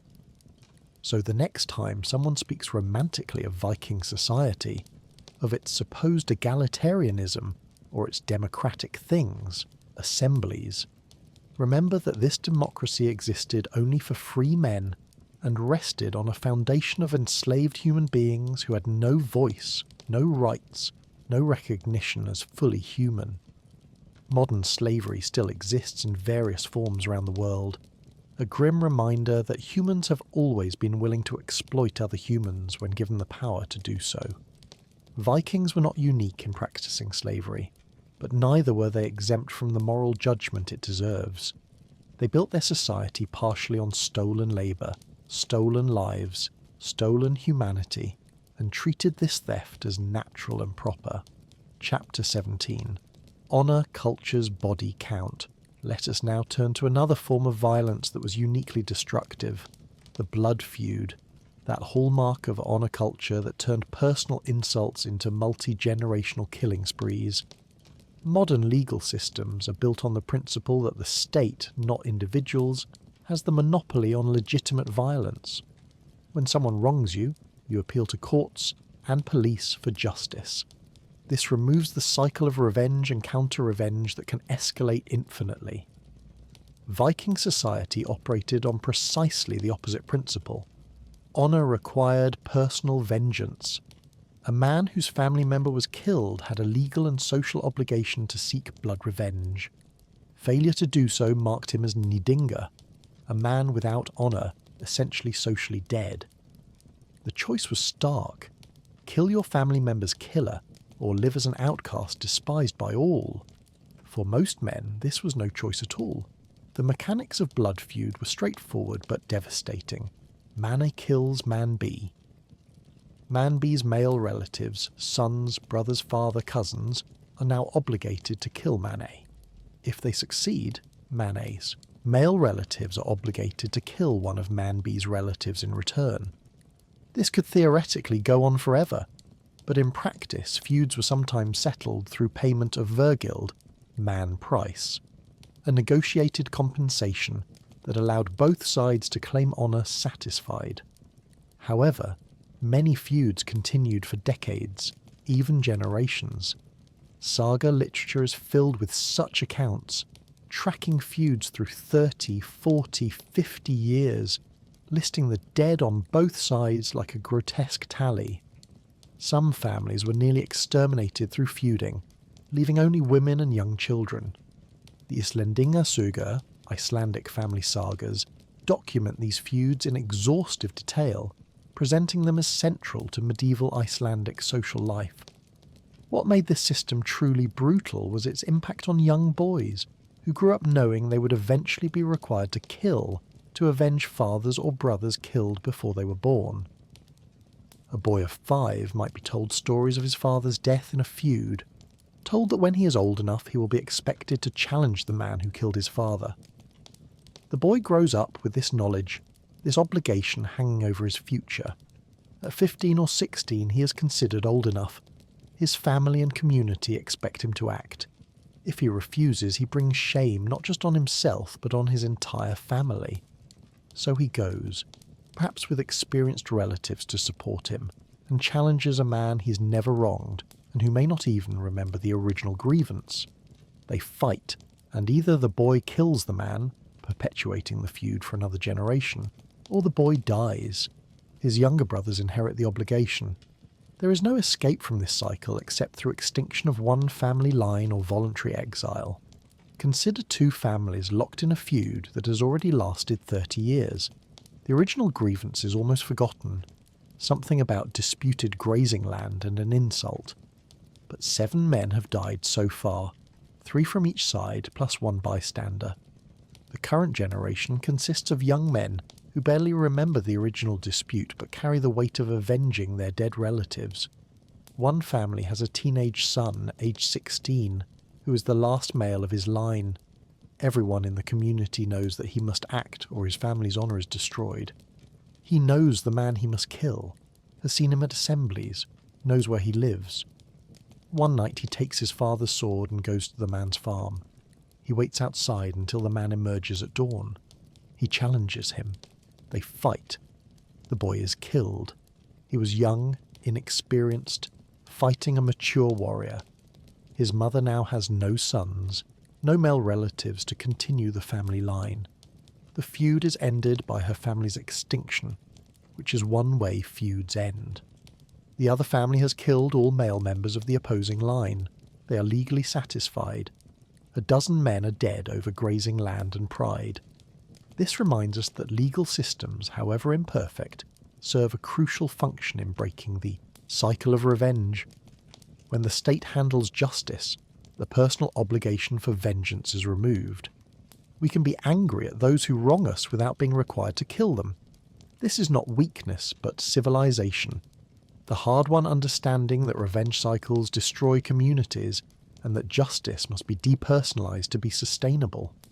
Vikings would view our reluctance to personally avenge family as shameful cowardice.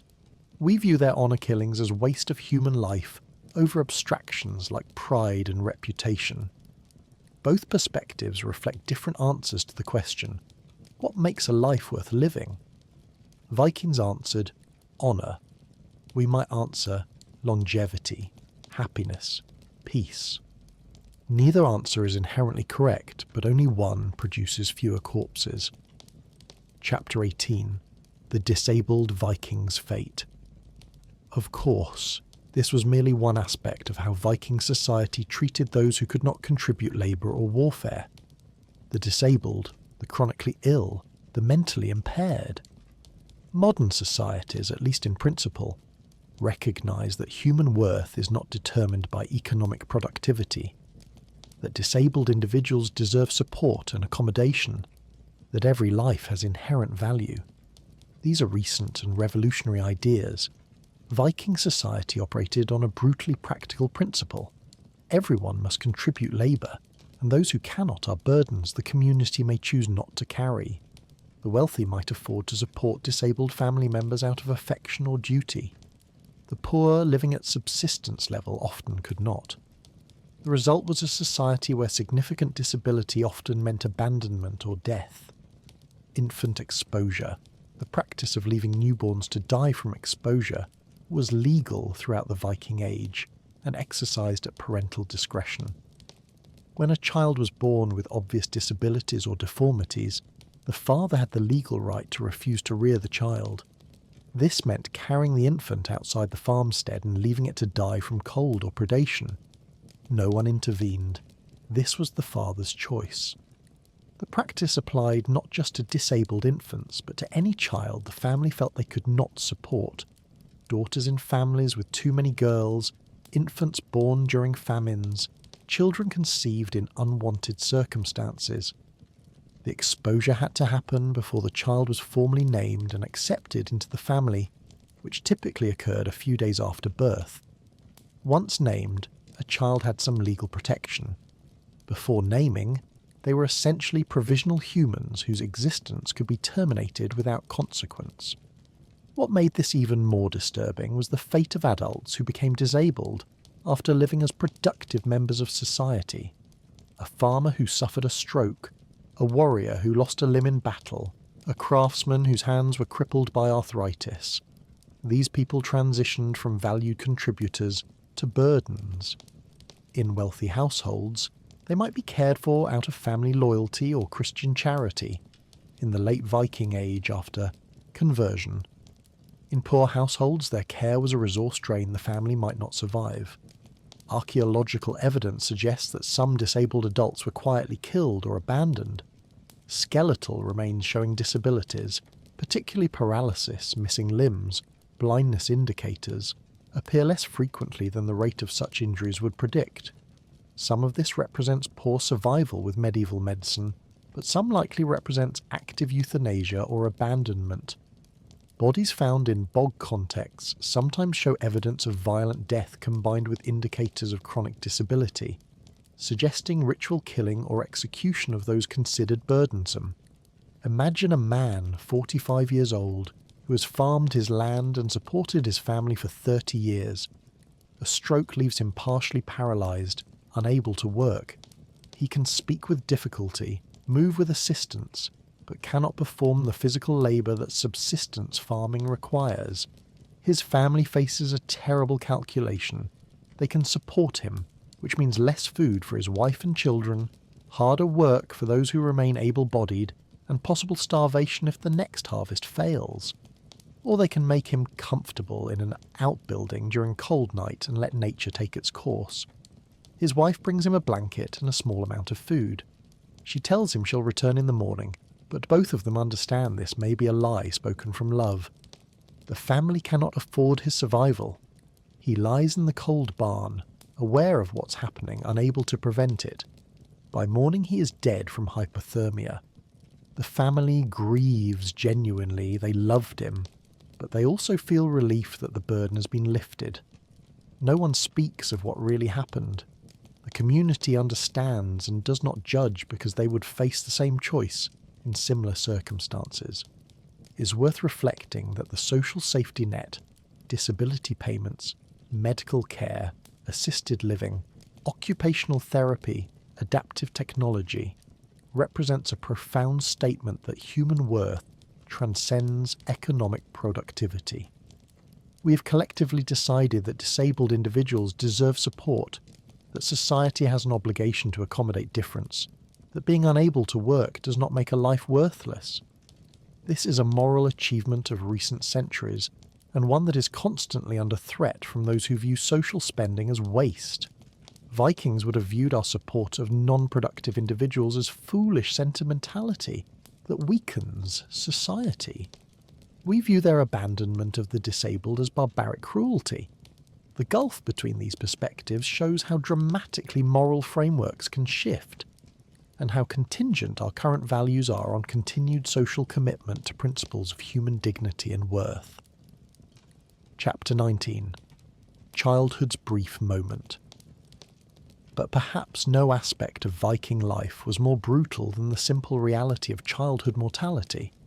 The fact that between 30 and 50% of children born died before reaching age 5. Modern parents in developed nations expect their children to survive to adulthood.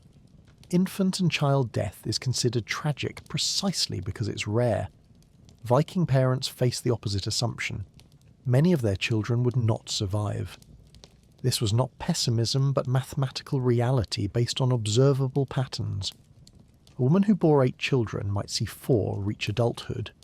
The others would die from disease, malnutrition, accidents, or exposure. Their small bodies buried in graves that now represent the majority of Viking Age burials archaeologists uncover. Childhood was not a protected time of growth and play, but a gauntlet of survival challenges that many did not pass. The causes of child death were numerous and overlapping. Gastrointestinal infections from contaminated water or food caused severe diarrhea that killed through dehydration, particularly in infants and toddlers. Respiratory infections, bronchitis, pneumonia, tuberculosis were deadly in the smoky, poorly ventilated longhouse environment where children's developing lungs were constantly exposed to smoke. Malnutrition weakened immune systems and stunted growth, making children vulnerable to diseases that well-fed bodies might resist. Accidents were common. Children drowned in streams and wells, fell into fires, were kicked by livestock, pulled roofs or structures down on themselves. Some children were killed by adult violence, beaten too severely, murdered in moments of rage or frustration, sacrificed during religious crises. Epidemic diseases swept through periodically, killing disproportionately among the young, and some children simply failed to thrive for reasons unclear even to modern medicine, their small bodies giving up on life in infancy. Perhaps most disturbing of all was the emotional adaptation parents developed in response to high child mortality, a protective detachment that modern people might read as callousness, but which was psychological survival necessity. Parents who formed deep bonds with every infant would be psychologically destroyed by repeated deaths. Many families developed a pattern of cautious attachment, treating infants as provisional family members until they survived the first dangerous year, then gradually investing more emotional attachment as survival became more likely. Some parents didn't name children immediately, waiting weeks or months.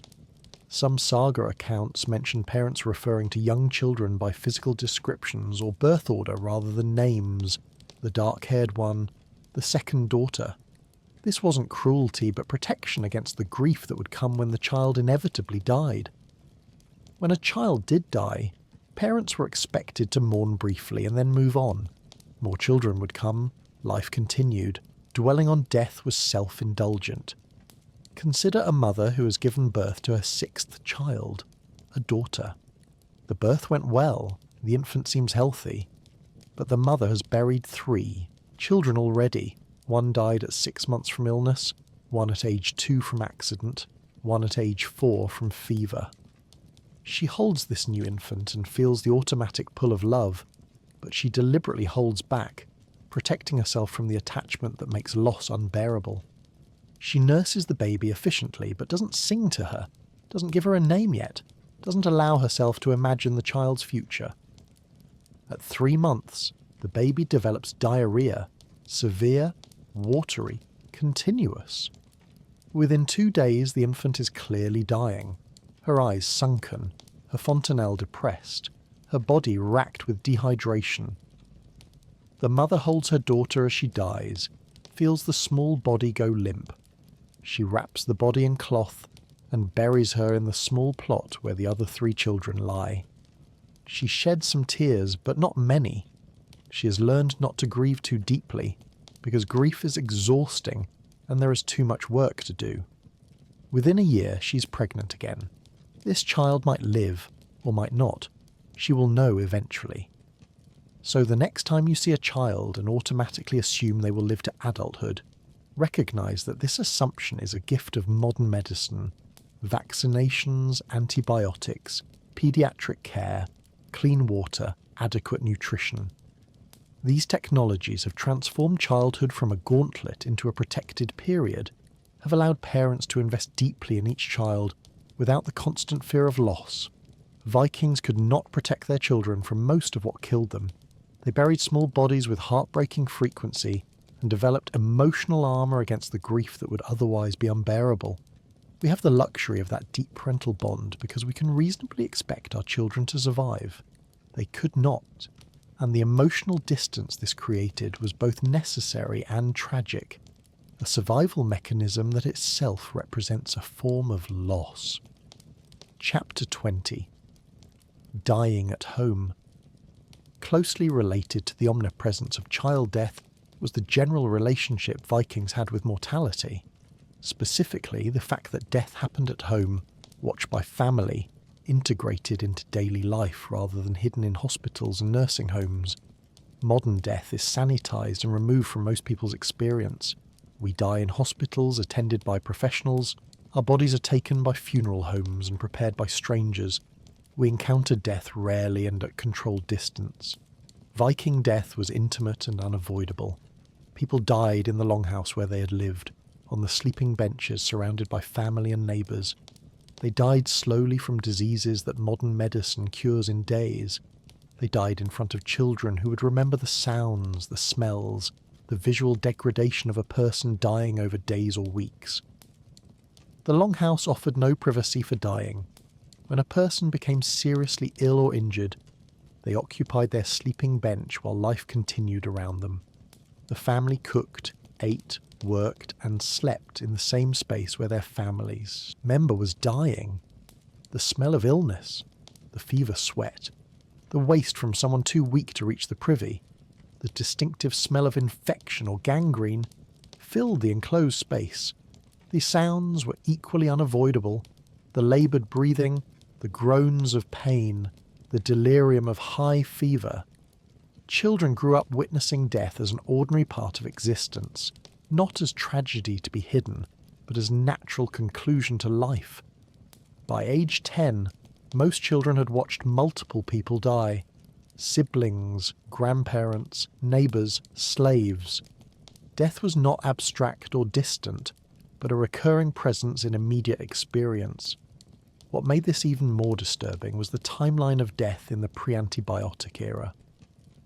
Modern death from illness is often relatively quick, hours or days from crisis to conclusion, with medical intervention managing pain and symptoms. Viking death was often prolonged. An infected wound that antibiotics would clear in a week might fester for weeks or months before finally killing through sepsis. Tuberculosis killed over years, the victim slowly wasting away, coughing blood, weakening steadily. Cancer progressed untreated through months or years of increasing pain and dysfunction. Stroke victims might linger for days or weeks in partial paralysis. During these prolonged deaths, the dying person remained in the longhouse, their suffering witnessed by all, their body gradually failing in full view, and after death the body remained in the living space during funeral preparations, which might take days. In warm weather, decomposition began before burial, the smell of death mixing with the smell of cooking food. Imagine a family whose grandfather is dying from what appears to be infected lungs, possibly tuberculosis, though they have no such term. He has been coughing blood for 2 months, growing steadily weaker. He lies on his sleeping bench, barely able to move, each breath a struggle that the whole family hears in the close quarters of the longhouse. The children eat their dinner 3 meters from where their grandfather gasps for air. His daughter-in-law cleans his waist, tries to get him to drink water, knows he is dying but has no way to ease his suffering or speed his end. At night, the family tries to sleep while listening to his laboured breathing, wondering if tonight will be when it stops. After 12 days of this gradual deterioration, he finally dies. The body remains on the bench while funeral preparations are made. The coffin must be built, the burial site prepared, neighbours notified. For 2 days the corpse lies in the longhouse, the summer heat beginning the decomposition process despite their efforts to keep it cool. The children continue to sleep, eat, and live in this space. When the burial finally happens, everyone is relieved. not just because they grieve the grandfather, but because the process of his dying and the presence of his corpse have been exhausting, traumatic experiences they are glad to have ended. This reminds us that our removal of death from daily life, while it spares us from constant confrontation with mortality, also disconnects us from the natural conclusion of existence. Vikings lived with death as intimate companion, understood mortality not as abstract concept but as immediate reality. This perhaps made them less afraid of death, more accepting of its inevitability, but it also meant trauma that we have largely eliminated from childhood. We can debate whether it's better to be familiar with death or sheltered from it, but we cannot deny that the hospital death, however impersonal, spares families from watching decay happen in their living space, from sleeping beside corpses, from integrating death into daily domestic life in ways that are psychologically challenging even when culturally normalized. Chapter 21. The religion of fear. Yet even more disturbing than the intimacy with physical death was the Vikings' relationship with spiritual death, the terror embedded in their religious worldview. Modern people, particularly in secular or Christian contexts, often view religion as a source of comfort, a promise of afterlife reward, a framework that makes mortality less frightening. Viking paganism offered almost none of this comfort. The Norse gods were powerful but not benevolent, capricious rather than just, demanding rather than loving. They required constant appeasement through sacrifice and ritual, and even then they might ignore human pleas or actively cause suffering. The afterlife was not a reward, but a continuation of hierarchy. Warriors who died in battle might reach Valhalla or Folkvanger, but this was selective and uncertain. Most people, farmers, women, children, those who died from illness or old age, went to hell, a shadowy underworld realm that offered no joy, no reunion with loved ones, merely existence in diminished form. The transactional nature of Viking religion meant constant anxiety about whether sufficient sacrifices had been made, whether the gods had been adequately honoured, whether some ritual failure would bring disaster. Poor harvests, disease epidemics, harsh winters, these were interpreted as divine displeasure requiring appeasement. The solution was sacrifice. Animals certainly, but in times of crisis, humans. The archaeological evidence for human sacrifice in Viking Age Scandinavia is substantial and disturbing. The temple at Uppsala, described by medieval chronicler Adam of Bremen, supposedly featured sacrifices of 9 males of every species, including humans, hung in a sacred grove every 9 years. Bog bodies from Scandinavia show evidence of ritual killing, individuals killed by multiple methods, hanging, throat-cutting, blunt force trauma, in ways suggesting ceremonial rather than criminal violence.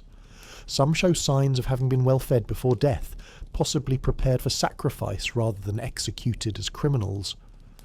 What made this religious system truly brutal was its impact on children. In the most desperate circumstances, famine, plague, military crisis, children were sacrificed to appease gods or ensure survival of the community. Archaeological sites show evidence of child sacrifice, small bodies buried in unusual contexts, showing signs of violent death, positioned ritually. Some were buried in building foundations as sacrificial offerings to ensure the structure's stability. Others appear in bog contexts, their small bodies preserved in the same manner as adult ritual victims. The logic was grimly practical. Sacrificing one child might save the rest of the community through divine favour. Parents who refused to offer their children when religious authorities or community leaders demanded sacrifice faced social ostracism or worse. The gods required blood, and in the worst times that blood came from the young. Consider a farming community facing its second year of failed harvests. Starvation is imminent. The local godi, pagan priest, announces that the gods require a sacrifice, a child, to ensure the next harvest succeeds. The community gathers, and families with young children look at each other with horror and relief. Whose child will it be? The godi selects a girl, aged 7, from a family that has angered the gods through some transgression. The parents have no choice but to surrender her. The child is prepared, dressed in special clothing, told she will save everyone. She doesn't fully understand what's happening. The ritual is performed, quick, efficient, brutal, and her small body is buried with ceremony.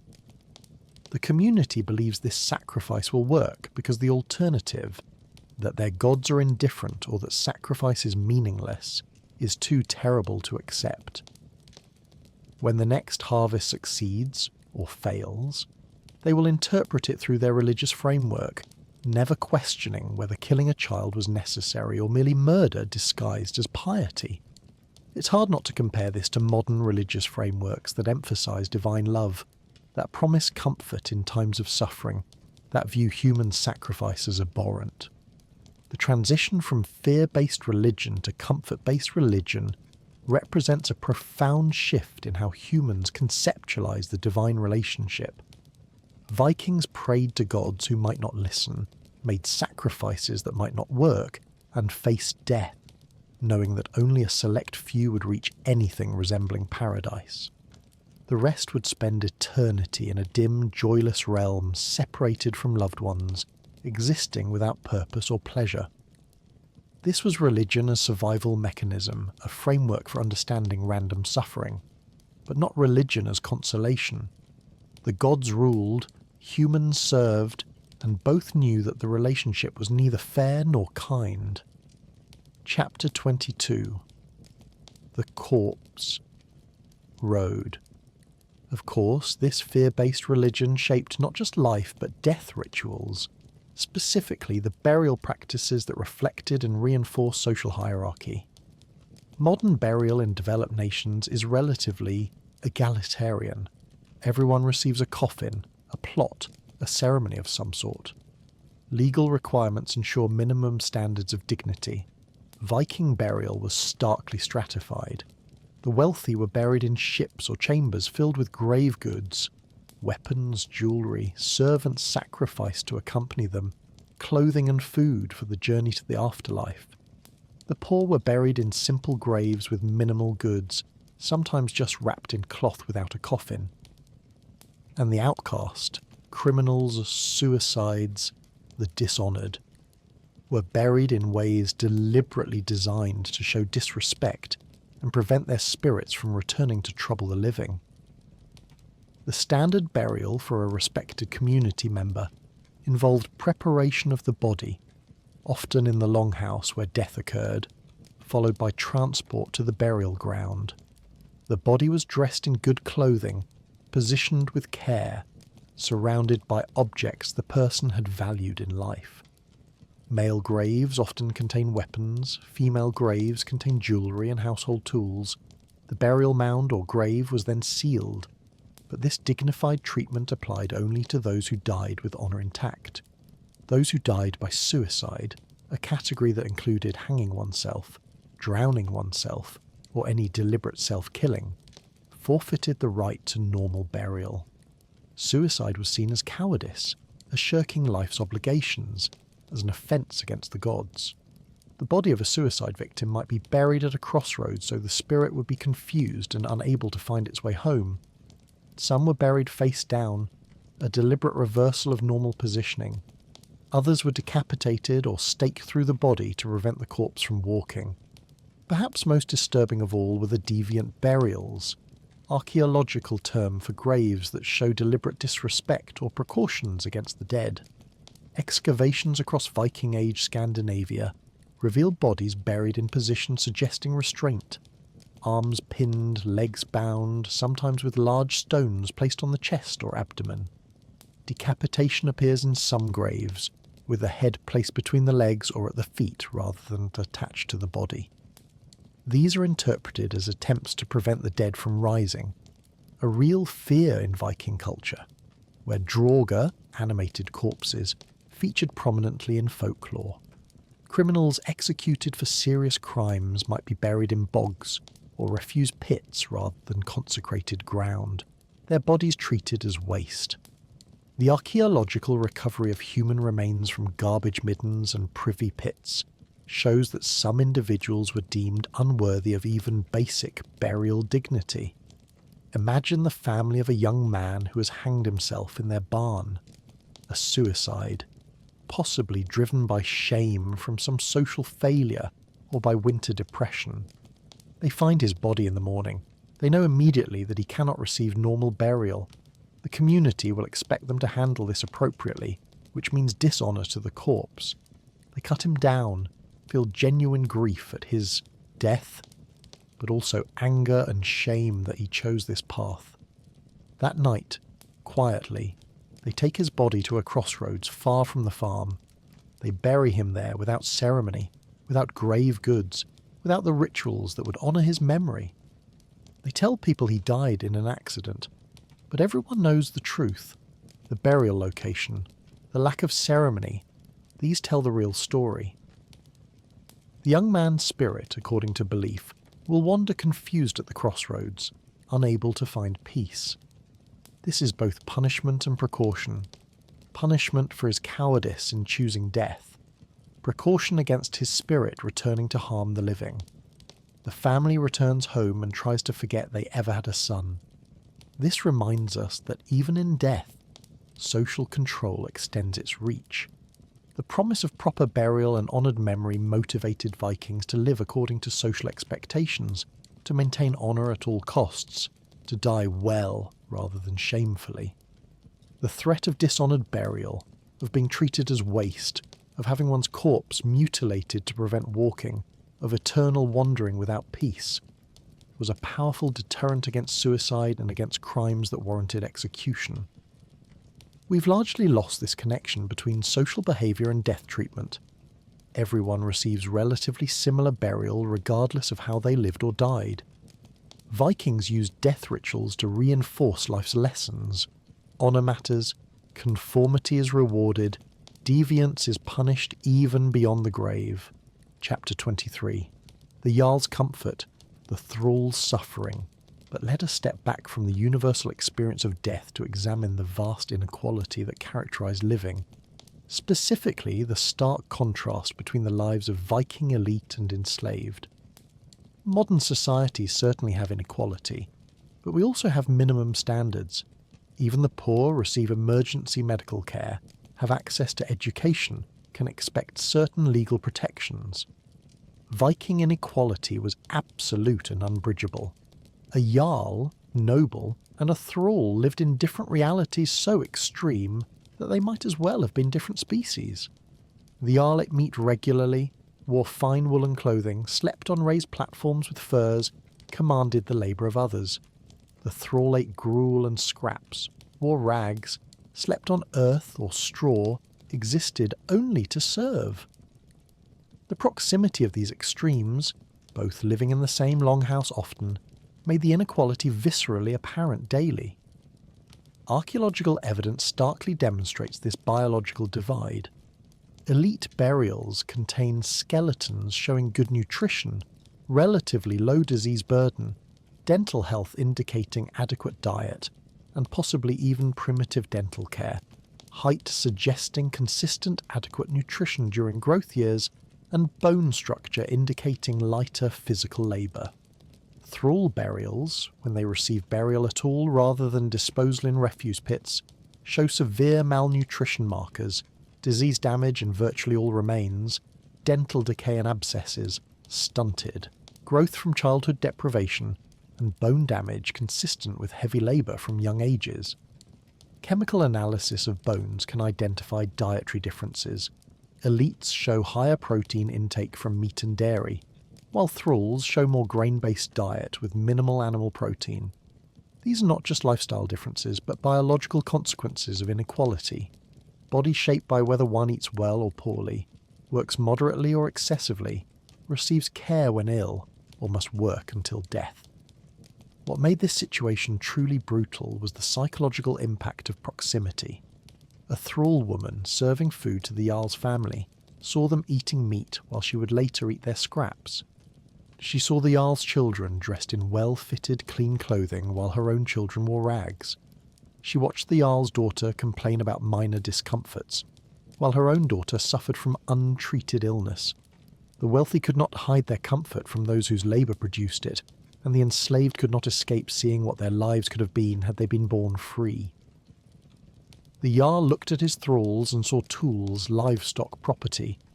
The thralls looked at the Jarl and saw someone whose life was better than theirs, solely because of the accident of birth or the misfortune of capture. No merit, no virtue, no achievement explained the gap, only power and its absence.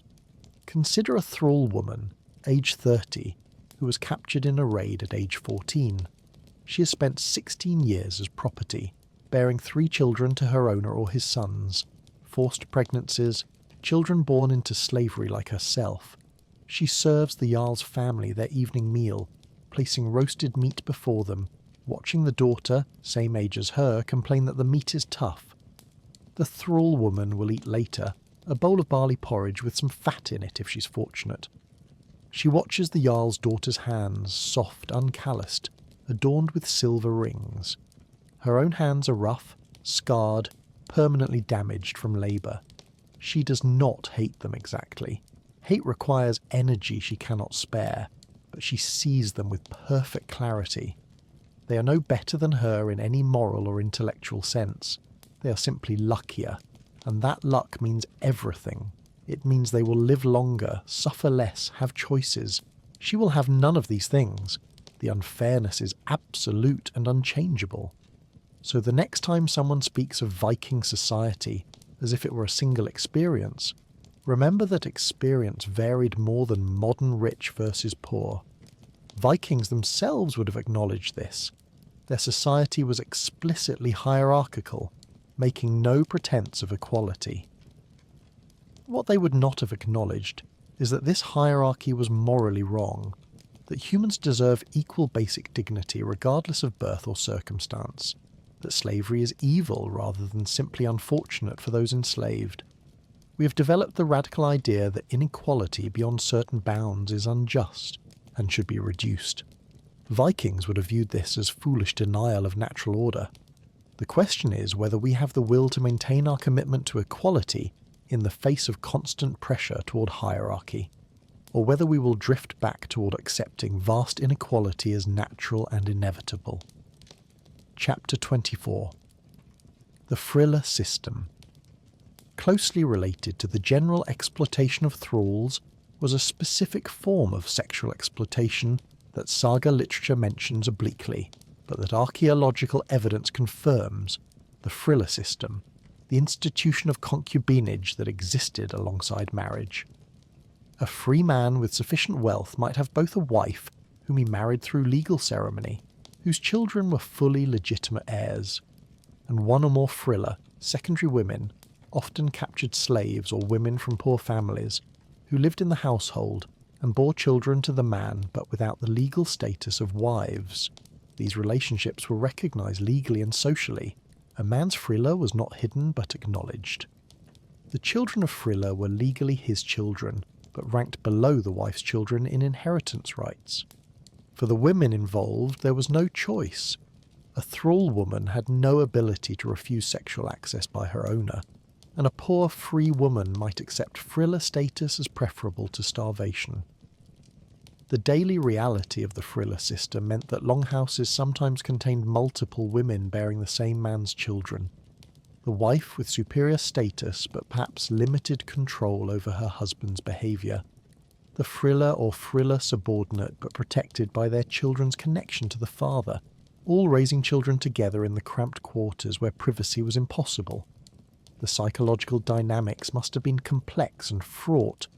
The wife resented the frilla who shared her husband's bed. The frilla resented their subordinate status and lack of security.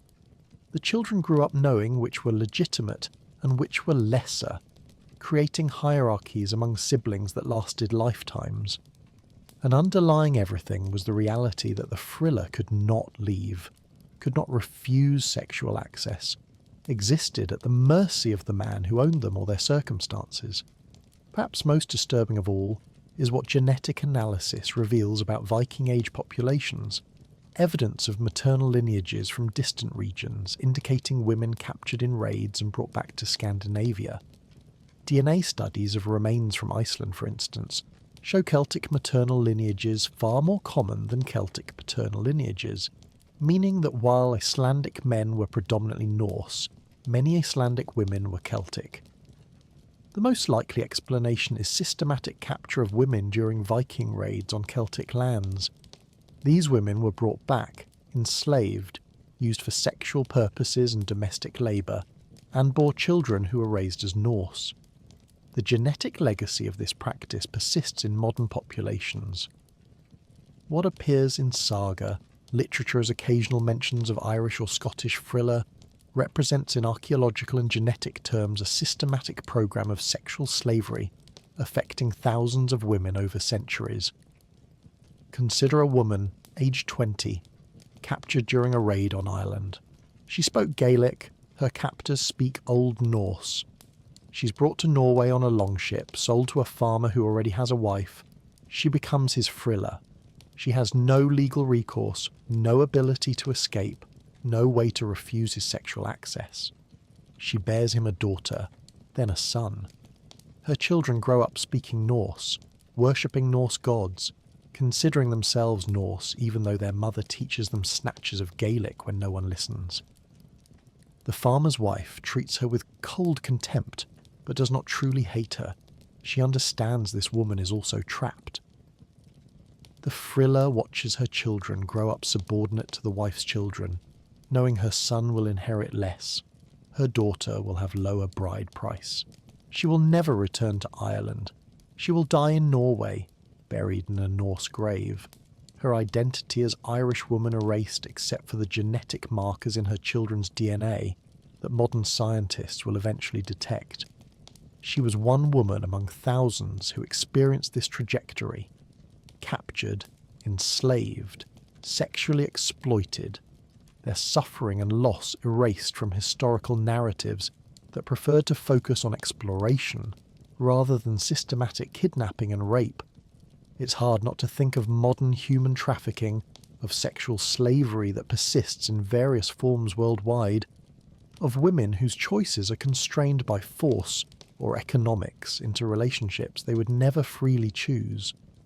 The continuity from Viking Age frilla system to modern sexual exploitation shows how persistent these patterns of abuse are, how readily humans with power exploit those without. We've developed legal frameworks that theoretically criminalise such exploitation, but enforcement is inconsistent and victims often lack meaningful recourse. Vikings didn't even pretend that frilla had rights or that their exploitation was wrong. We at least acknowledge the wrongness even as we fail to prevent it. That's a modest improvement, acknowledgement of moral standards we then fail to uphold, but an improvement nonetheless. Chapter 25. The Winter That Ate Families. But the brutality of Viking life culminated in those rare but catastrophic winters that destroyed entire communities, the years when climate turned truly hostile, when all the adaptations and resilience that allowed Nordic survival proved insufficient. The medieval period experienced significant climate fluctuation, and the Viking Age occurred during a relatively warm period that made Norse expansion possible. But even within this warm period, individual years or series of years brought devastating cold. The Icelandic annals document these catastrophes, years when livestock died en masse, when stored food ran out before spring, when significant portions of the population simply starved to death or froze. The 1340s in particular brought climate deterioration across Europe, crop failures, livestock death, famine, that killed perhaps a third of Scandinavia's population even before the Black Death arrived to finish the devastation. The experience of a catastrophic winter began with the failed harvest that preceded it. A cold, wet summer meant grain didn't ripen, hay couldn't be dried properly, the root vegetables were smaller and fewer. The autumn slaughter had to be more extensive because there wasn't enough stored feed for normal livestock numbers. By midwinter, families realised their food stores wouldn't last until spring. Rationing began, but there's only so much rationing possible when you're already at subsistence level. The weakest, elderly, very young, chronically ill, died first. Then the previously healthy began weakening. Starvation is a slow death. The body consumes itself over weeks or months. Families watched each other dying, unable to help.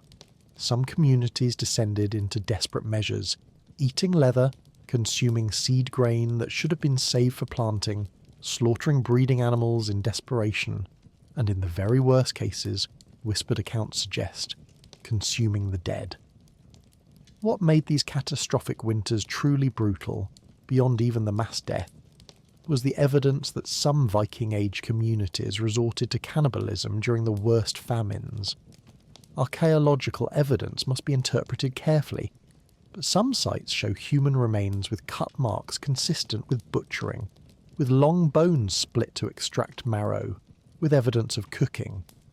These remains are found in contexts suggesting disposal and hiding rather than normal burial, hidden in refuse pits, in remote locations, buried without ceremony. While some cut marks could indicate other causes, battle, ritual, medical procedures, the pattern at some famine period sites suggests something darker. Saga literature never explicitly describes cannibalism. It was too taboo to name directly, but hints exist in cryptic references to terrible things done during the worst famines, to families who did not survive with honour, to communities that afterward carried shame they would not discuss. Consider a family in Iceland during the winter of 1348, one of the documented catastrophic years. The harvest failed in autumn.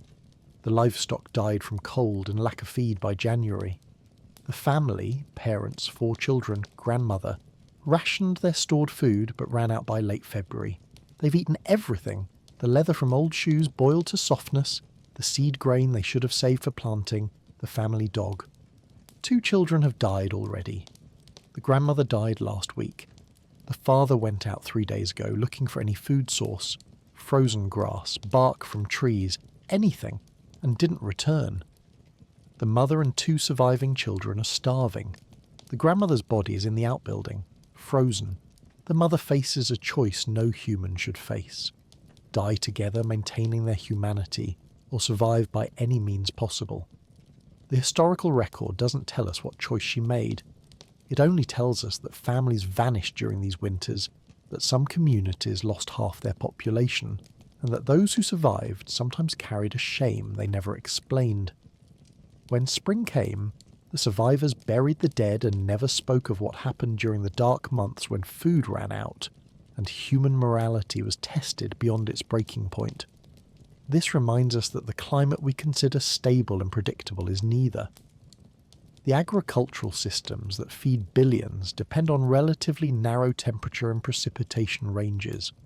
Viking Age Scandinavians were already living at the edge of what their technology could support. When climate shifted even slightly, catastrophe followed. We face our own climate uncertainty now, with global systems potentially more vulnerable because they support far more people. The difference is that we have technology Vikings lacked: global food distribution, storage capacity, artificial fertilizers, mechanized agriculture. But we also have vastly more people depending on these systems working. The catastrophic winters that ate Viking families remind us that nature remains indifferent to human survival, that our systems are more fragile than we acknowledge, and that extreme circumstances can push humans to extremities we prefer not to imagine.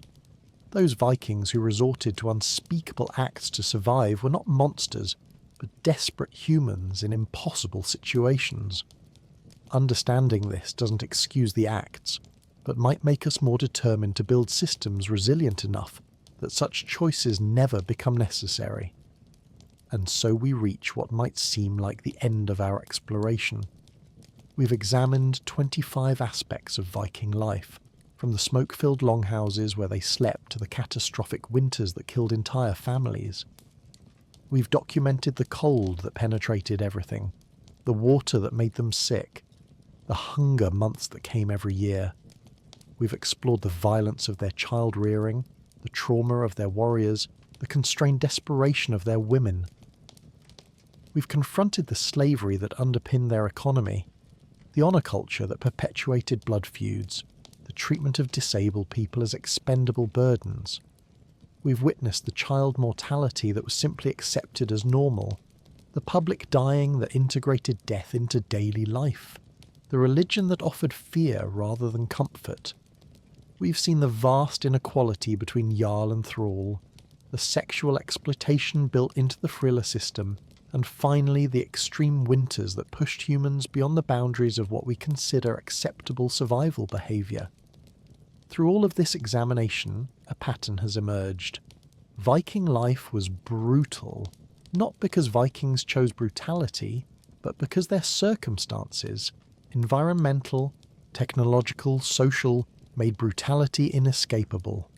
They lived at the edge of what their technology could support, in a climate that challenged survival, with medical knowledge that couldn't prevent most deaths, in social structures that maintained order through violence because no alternatives existed. They endured what they had to endure, developed the psychological armour necessary to function in those conditions, and died young from the accumulated damage of lives lived too hard. The archaeological evidence we've discussed throughout these chapters, the skeletal remains showing respiratory damage, malnutrition markers, injury patterns, stress indicators, tells a story that saga literature cannot. The sagas present the heroic version, the version that emphasises honour and achievement. The bones present the unglamorous version, the version that shows how bodies were worn down by the daily grind of survival. Both versions are true, but only one appears in popular culture's romanticisation of Vikings. Only one makes for exciting television. The other, the version we've spent these hours exploring, is too boring, too methodical, too filled with suffering that doesn't advance a dramatic plot. But it's the version that was actually lived by hundreds of thousands of people across several centuries. So perhaps that's a natural conclusion to our exploration. We've seen the reality behind the romance, understood the price of Viking survival, recognised that the Viking Age was for most people not an age of adventure, but simply an age of hardship endured with whatever resilience they could muster. We could end there, having accomplished what we set out to do, examining boring history in sufficient detail to help you drift towards sleep while learning something about how people actually lived in the past. But before we fully conclude, it's worth taking a moment to consider what this historical examination means for us, not as a judgment of Vikings, but as a reflection on our own lives and the changes that separate us from that brutal existence. So let us continue just a bit longer. The distance between Viking life and modern life in developed nations is staggering, almost incomprehensibly vast. We have transformed virtually every aspect of existence that made Viking life brutal. Where they had contaminated water, we have municipal systems delivering clean water on demand. Where they had smoke-filled homes, we have ventilated, climate-controlled structures. Where they faced hunger months every year, we have refrigeration, global food distribution, agricultural surpluses. Where they accepted 30-50% child mortality, we have vaccines, antibiotics, paediatric care that make childhood death rare enough to be newsworthy. Where they normalised violence as a tool of social control, we have, imperfectly but genuinely, developed concepts of abuse, trauma, human rights. Where they lived in rigid hierarchy with slavery, we have, again imperfectly, developed principles of equality and human dignity. These changes represent genuine moral and technological progress. We should not romanticise Viking hardship or pretend that their suffering built character in ways modern comfort cannot. Their suffering simply damaged them, shortened their lives, broke their bodies, traumatised their minds. The psychological armour they developed, the ability to watch children die without breaking down, the desensitisation to violence, the acceptance of hierarchies that treated humans as property, was not admirable toughness but necessary damage. They were not stronger than us in any meaningful sense. They were simply more damaged by circumstances they couldn't control. We have the luxury of softer lives not because we're weaker, but because previous generations developed technologies and social systems that eliminated many sources of suffering. Yet even as we acknowledge this progress, we should recognise its fragility and incompleteness. Clean water, adequate food, medical care, protection from violence. These are not automatically sustained achievements, but require constant maintenance of infrastructure, institutions, and social commitment. Systems that took centuries to build can degrade within decades if not maintained. And even in developed nations, not everyone has equal access to these protections. Poverty, discrimination, and inequality mean that some people still live with food insecurity, inadequate healthcare, unsafe housing, and exposure to violence that would have been familiar to Vikings.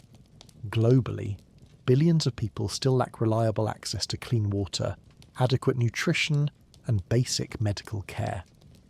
The brutal conditions we've described tonight are not ancient history for much of humanity, but current reality.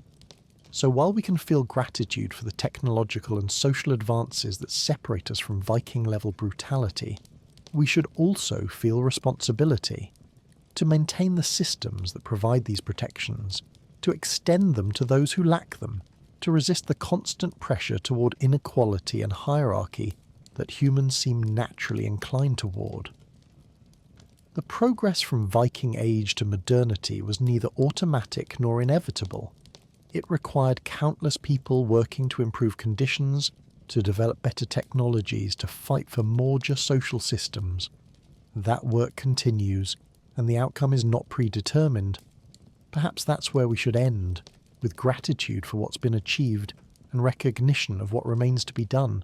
We've explored brutal history not to make ourselves feel superior, but to understand how far we've come and how much work remains. That seems like a suitable conclusion to our examination. But there's one more thing worth saying before we part ways for tonight. I want to thank you for spending these hours with me, exploring aspects of history that will never be featured in popular entertainment, that offer no dramatic climaxes or satisfying plot resolutions, that are simply detailed examinations of how life was lived by people now centuries dead. This kind of history, unglamorous, methodical, focused on daily suffering rather than heroic achievement, serves a different purpose than exciting narratives.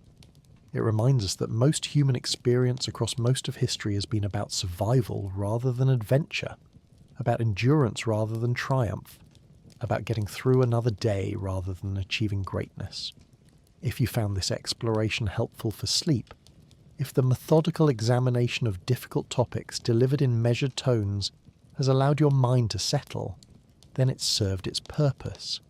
History doesn't have to be exciting to be valuable. Sometimes the most useful history is the kind that documents ordinary suffering, that reminds us how recently humans lived in conditions we can barely imagine, that helps us appreciate the infrastructure and social systems we barely notice, but that make our lives fundamentally different from our ancestors.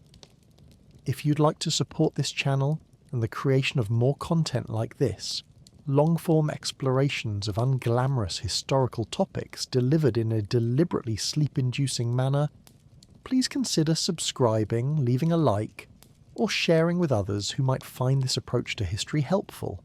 Comments about which topics you'd like explored next are always welcome. I read them all, even if I can't respond to everyone. Your engagement helps this unusual approach to historical education reach more people who need exactly this kind of methodical, boring, detailed content. So thank you again for your time, your attention, and your trust in letting these historical examinations accompany you towards sleep. I hope you've learnt something, I hope you feel grateful for your modern comforts, and I hope you're feeling relaxed and ready for rest. But before I let you go completely, let me leave you with some final thoughts to carry into sleep. Imagine now, as you settle into whatever comfortable position you found, that you could reach across the centuries and speak to a Viking farmer. Perhaps a woman of 35, old by her standards, her hands permanently damaged from textile work, her body worn down by continuous pregnancy and unending labour. Imagine you could tell her about your life, the clean water from your tap, the refrigerator full of food that doesn't require months of preservation work, the climate-controlled home where you're comfortable regardless of outside temperature, the medical care that would seem like magic to her. the expectation that your children will survive to adulthood, the freedom from violence as a daily disciplining tool, the legal protections that recognise your personhood regardless of gender or birth status. She would not believe you. The life you describe would seem like the afterlife paradise her religion never promised, would sound like fantasy rather than reality. And if somehow you convinced her it was real, what would she feel? Perhaps joy that humans eventually achieved such comfort. Perhaps envy that she lived centuries too early. Perhaps anger that she suffered unnecessarily when such comfort was eventually possible. Or perhaps, and this might be most likely, simply exhausted resignation. She didn't have the luxury of envying the future, because survival in the present consumed all her energy.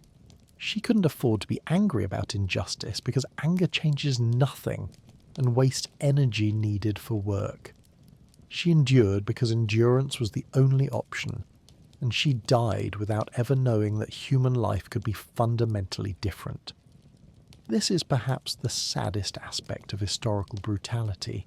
Not that people suffered, though that's sad enough, but that they suffered without knowing their suffering was not inevitable, without imagining that life could be otherwise. They thought the cold, the hunger, the violence, the early death were simply the unchangeable nature of existence.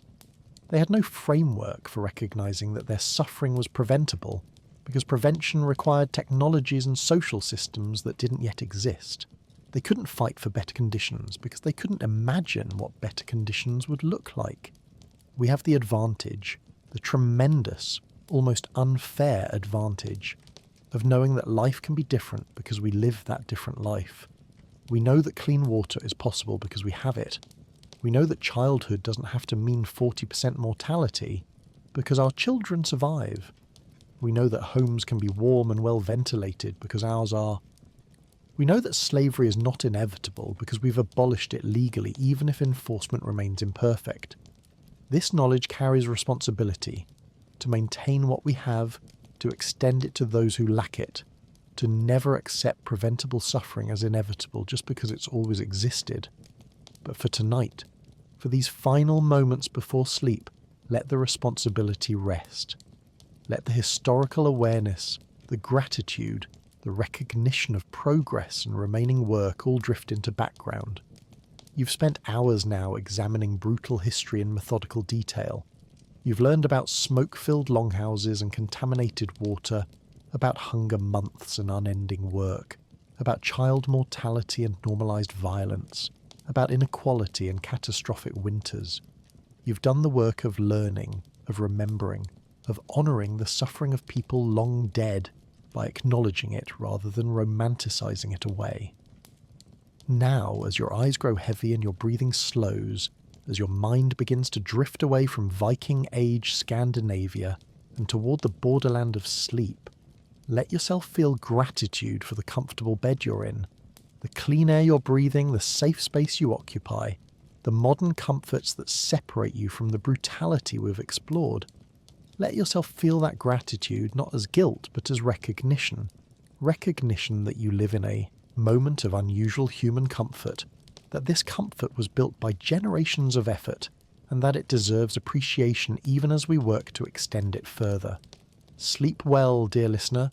Sleep warm and safe, breathing clean air in a climate-controlled room, your children safe in their beds, your body unburdened by the constant labour and chronic pain that Vikings accepted as normal. Sleep grateful for the boring infrastructure, the water treatment plants and heating systems and medical clinics. That makes your life fundamentally different from theirs. And perhaps when you wake, carry forward some of that gratitude into your day, along with recognition that what we have is both precious and fragile, both remarkable achievement and incomplete work. Thank you for joining me on this long journey into boring history.